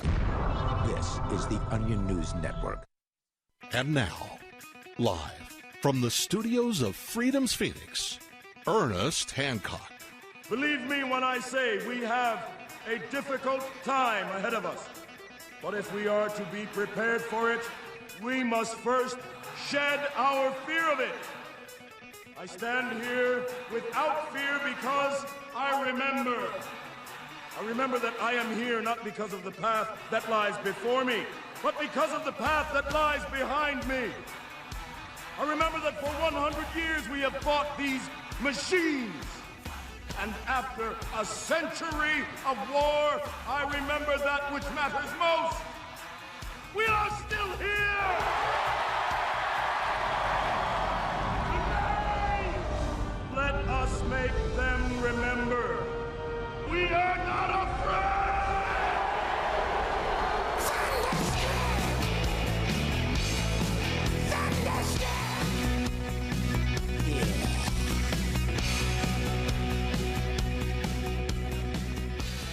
No fear, no fear, no fear, no fear, no fear, no fear here, and declare your independence. Another great week week of programming for you. Let me tell you all about it. Okay, first, this morning, we're going to have Lynn Ulbricht. There was a book written. She wants to do a review of American Kingpin. You know, it might be some inaccuracies, or at least she wants to provide context, or she wants to have her say, because she can, and will help. In the second hour, we have Dr. Ron Paul. Lots of questions from Mr. Paul. Dr. Paul, Dr. Paul, Dr. Paul. What we'll go ahead and do is we get him for the first half hour, and we'll get have something to say. And he did an interview with Julian Assange here recently. That'd be of interest. And then, of course, there's all the wars and the rumors of wars of Warren, so I definitely want to ask about that. What shall we ask him? Well, we'll make a list. Then in the second half of the second hour, Davi Barker, did he contact you? See, give him a contact. See if we can get him in the second half of the second hour. I wanted to talk to him, and we might as well do it with y'all, so we'll do that. Then Dr. Judy Mikovits, an update on the CDC stuff, and I just want to stay on top of that. But first, let's go to Lynn Ulbricht. Lynn, how are you? Hi, I'm fine. Can you hear me okay, Ernie? Yeah. Good. Oh, good. Okay, yeah. Well, actually, it's a little overmodulated. Maybe pull away from the microphone a little bit. Okay, is that better? I think so. Yeah, I'm getting yelled at because the Skype's on some people, especially Scott Horton, man, it's really bad. But we'll try and fix it here. All right. So go ahead and tell me, there's a new book. Now, this is Lynn Ulbricht, the mother of Ross Ulbricht. Lynn has been the mom. All right, she's somebody's mom. She's Ross's mom. She's making sure this is not going, into the dark night secret. Nobody knows what's up with this Bitcoin. Silk Road, Ross allegedly was involved with. So, we have a Bitcoin thing going on here. A local activist, Morpheus. You may have met Morpheus, and Department of Homeland, paid him a visit. Treasury, DEA, FBI, and all they got him on was he is a former felon from years ago in possession of ammunition. He had 60 rounds of something, and he didn't even say, "Hey, I wouldn't even mind." How'd that get there? So they're putting pressure on for something. They thought they were going to get something. Well, when this happened to Ross, all of a sudden, a bunch of people making some money off of Ross. Let me write a book and tell you about it, and we're going to have a movie, and all kinds of stuff is going on. So tell us about the book that was written, what you want to say about it, Lynn. The bottom line of this book is that it's a fictionalized narrative based on uncharged allegations by the government. They never had the confidence to bring them to trial. They were never proven. Ross was never convicted of them. They never prosecuted them from an indictment in Maryland. They've just talked about it, and Nick Bilton writes about it and fictionalizes it as if it's true. So now, does he use Ross by name, or? Oh yes, he's. I haven't read the book, but from what I understand, from an excerpt, he talks about what Ross daydreamed, what Ross imagined, what Ross felt. I mean, it's really all based on nothing that was proven. And I thought that's what we had trials for. I mean, there's a former federal judge who challenged this use of murder for hire at the sentencing because she said, listen, this wasn't ever proven. This is just talk. And yet Nick Bilton has made himself judge, jury, executioner, psychoanalyst, and mind reader, as far as I can tell. And it's a media lynching. And all these people are reviewing it, or several journalists, and they just echo it. They don't dig into it and say, well, wait a second, he's talking about these things as if they're true, but it's never been proven. It's never been even charged by the government. And I do believe if they could have done it, they would have, because they don't hold back. Yeah, they select what they want and they think they can get, and they got what they wanted. Triple life sentence. I mean, it's kind of, yeah, might as well be. Mm-hmm. Yeah, this is standard procedure. And I'm wondering, do we know anything about the author? Has he written previous books? Does he have close ties with the government? Is he a government worshiper? Is it? I mean, what are we looking at? Just somebody out to make some money? I mean, what's his background? Do we know? I don't know a lot about his background. When he approached me, he wanted me to be involved in this project, and on more than one occasion approached me and urged me to be part of it. And so I checked him out with people I trust, and I was told, don't get involved in it. It's going to be a regurgitation of the government's narrative, because those people know him and the other people involved. And I'm like, okay, because I'm not going to give it my blessing. Thank goodness I took their advice, because he made it sound like, he told me that he talked to literally hundreds of people about Ross, and not one of them disliked him. Not one of them had a bad word to say about him, and in fact said he was so compassionate and helped the underdog and all that. And then he turns around and does this. During the appeal, it's coming out, and hopefully judges, I don't think judges listen to this kind of thing, but it's been smeared all over the place, and it's kind of puts us all in peril that media can do this, not based on anything proven, just as if it's fact, and then more media echoes it. So, well, it's out there. The cure for irresponsible speech is more Len comes on the radio show. I don't have. What are you going to do? Say he can't. If he lies, or there's something substantiated, or slander, or there are remedies. But this is what's going to happen. I'm just seeing.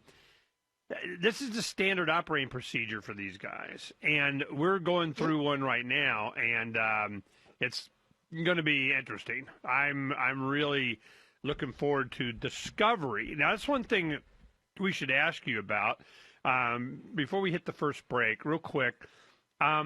Did you get out with the process of discovery? Did you do depositions on the agents? Did you have, all this information, and were you able to bring it into trial? Well, the government dumped 6 terabytes of discovery onto the defense. That's the equivalent of 2.5 billion single-spaced typewritten pages. After the trial, they kept sifting through it and found evidence of tampering and evidence of DPR logging in to the Silk Road 7 weeks after Ross was arrested. This was not in trial because they hadn't found it yet. It was a mountain of evidence, of material. And so I'm hoping for a retrial. I'm hoping for that the appellate court will say, look, there's too many problems with this original trial. We need a redo. That's what I'm hoping for. I've been through this, after 30 years, you go through a few of these, and they're willing to take the hit on the line for just the emotional and propagandized impact they can have in the short term. Absolutely. That's what it is. And it's just, maybe they'll forget, maybe a book will explain it to them. Maybe they won't complain too much, but like I said, if you're going to get a sentence for Ross, you want it draconian so that you can something. We're going to find out. Lynn Olbrecht will be right back. When it comes to investing in precious metals, you need a source you can trust who offers you choices and empowers you to maximize your wealth. That's where Roberts & Roberts Brokerage can help. Roberts & Roberts is a trusted name in precious metals. Since 1977, Roberts & Roberts has been providing you with the finest gold and silver bullion, coins, rounds, and bars at genuine and honest prices. They make it easy to invest in precious metals and work with you to suit your investment needs. In addition to offering gold and silver for sale for U.S. dollars, Roberts & Roberts Brokerage is now accepting Bitcoin in exchange for their quality precious metals products. To speak with a professional from Roberts & Roberts about investing in precious metals, call toll-free 800-874-9760. Write this number down, 800-874-9760. Visit Roberts & Roberts online at rrbi.co. That's rrbi.co. On behalf of Roberts & Roberts, here's hoping your day is as good as gold. On Free Talk Live, we're bringing people to the ideas of liberty every day. From wrestling superstars like Glenn Jacobs. You guys really are having an impact, I believe. Like I said, a lot of where I am now is due to listening to Free Talk Live. You changed my mind on some very important issues years ago. To random people tuning in on the radio. I was kind of stuck in the left-right paradigm. I heard your show by chance on a Saturday night. From there, I went on, joined the Free State Project, and become an amplifier. So, I mean, that's really the reason why I amp is because I know that if it wasn't for you guys being on as many stations as you are, I never would have found the ideas of liberty. Your amp will directly change more lives by getting Free Talk Live in front of people looking for talk radio online and on the air. When you amp Free Talk Live, you get perks like access to the AMP-only Facebook group and AMP podcast. Visit amp.freetalklive.com. What do you shop for that you could otherwise buy at Amazon? Pretty much everything, right? Amazon has competitive pricing and they deliver, and that's a big plus. If you could plan ahead in your shopping, would you be interested in saving up to 33%? There's a catch. You have to do your shopping in Bitcoin. But imagine those savings. It's like a huge raise. All you have to do is go to saveitpurse.com. We've saved thousands, and you can too. Plan ahead and save. Saveitpurse.com. LRN.FM is proud to announce our official listening apps for Android and iOS devices. Now you can easily tune into our streams anywhere, anytime on your smartphone or tablet. Just visit apps.lrn.fm or search for LRN.FM in the Android or Apple app stores. Please download, rate us 5 stars, then share the link on your social media and let your friends and family know how you're listening to LRN.FM. Download it now, free at apps.lrn.fm. Money, power, and respect are all yours at creditsuccesssecretsrevealed.com. Be seen as an industry leader. You can do it. The last application you filled out when it was time to hit submit did your nerves spike. You didn't get the approval you seek, but there's a better way. We teach you exactly what to place into the right systems the right way the first time so you get approved. Get up to $100,000 in instant business credit. Many people will get cash on the spot. Use those 2 tools in your new corporate credit engine so you can walk into the bank and get your project funded today. It's all about today at creditsuccesssecretsrevealed.com. Credit Success Secrets Revealed is explosive and ignites instant results. Dial 1-800-707-8719. That's 1-800-707-8719. 1-800-707-8719.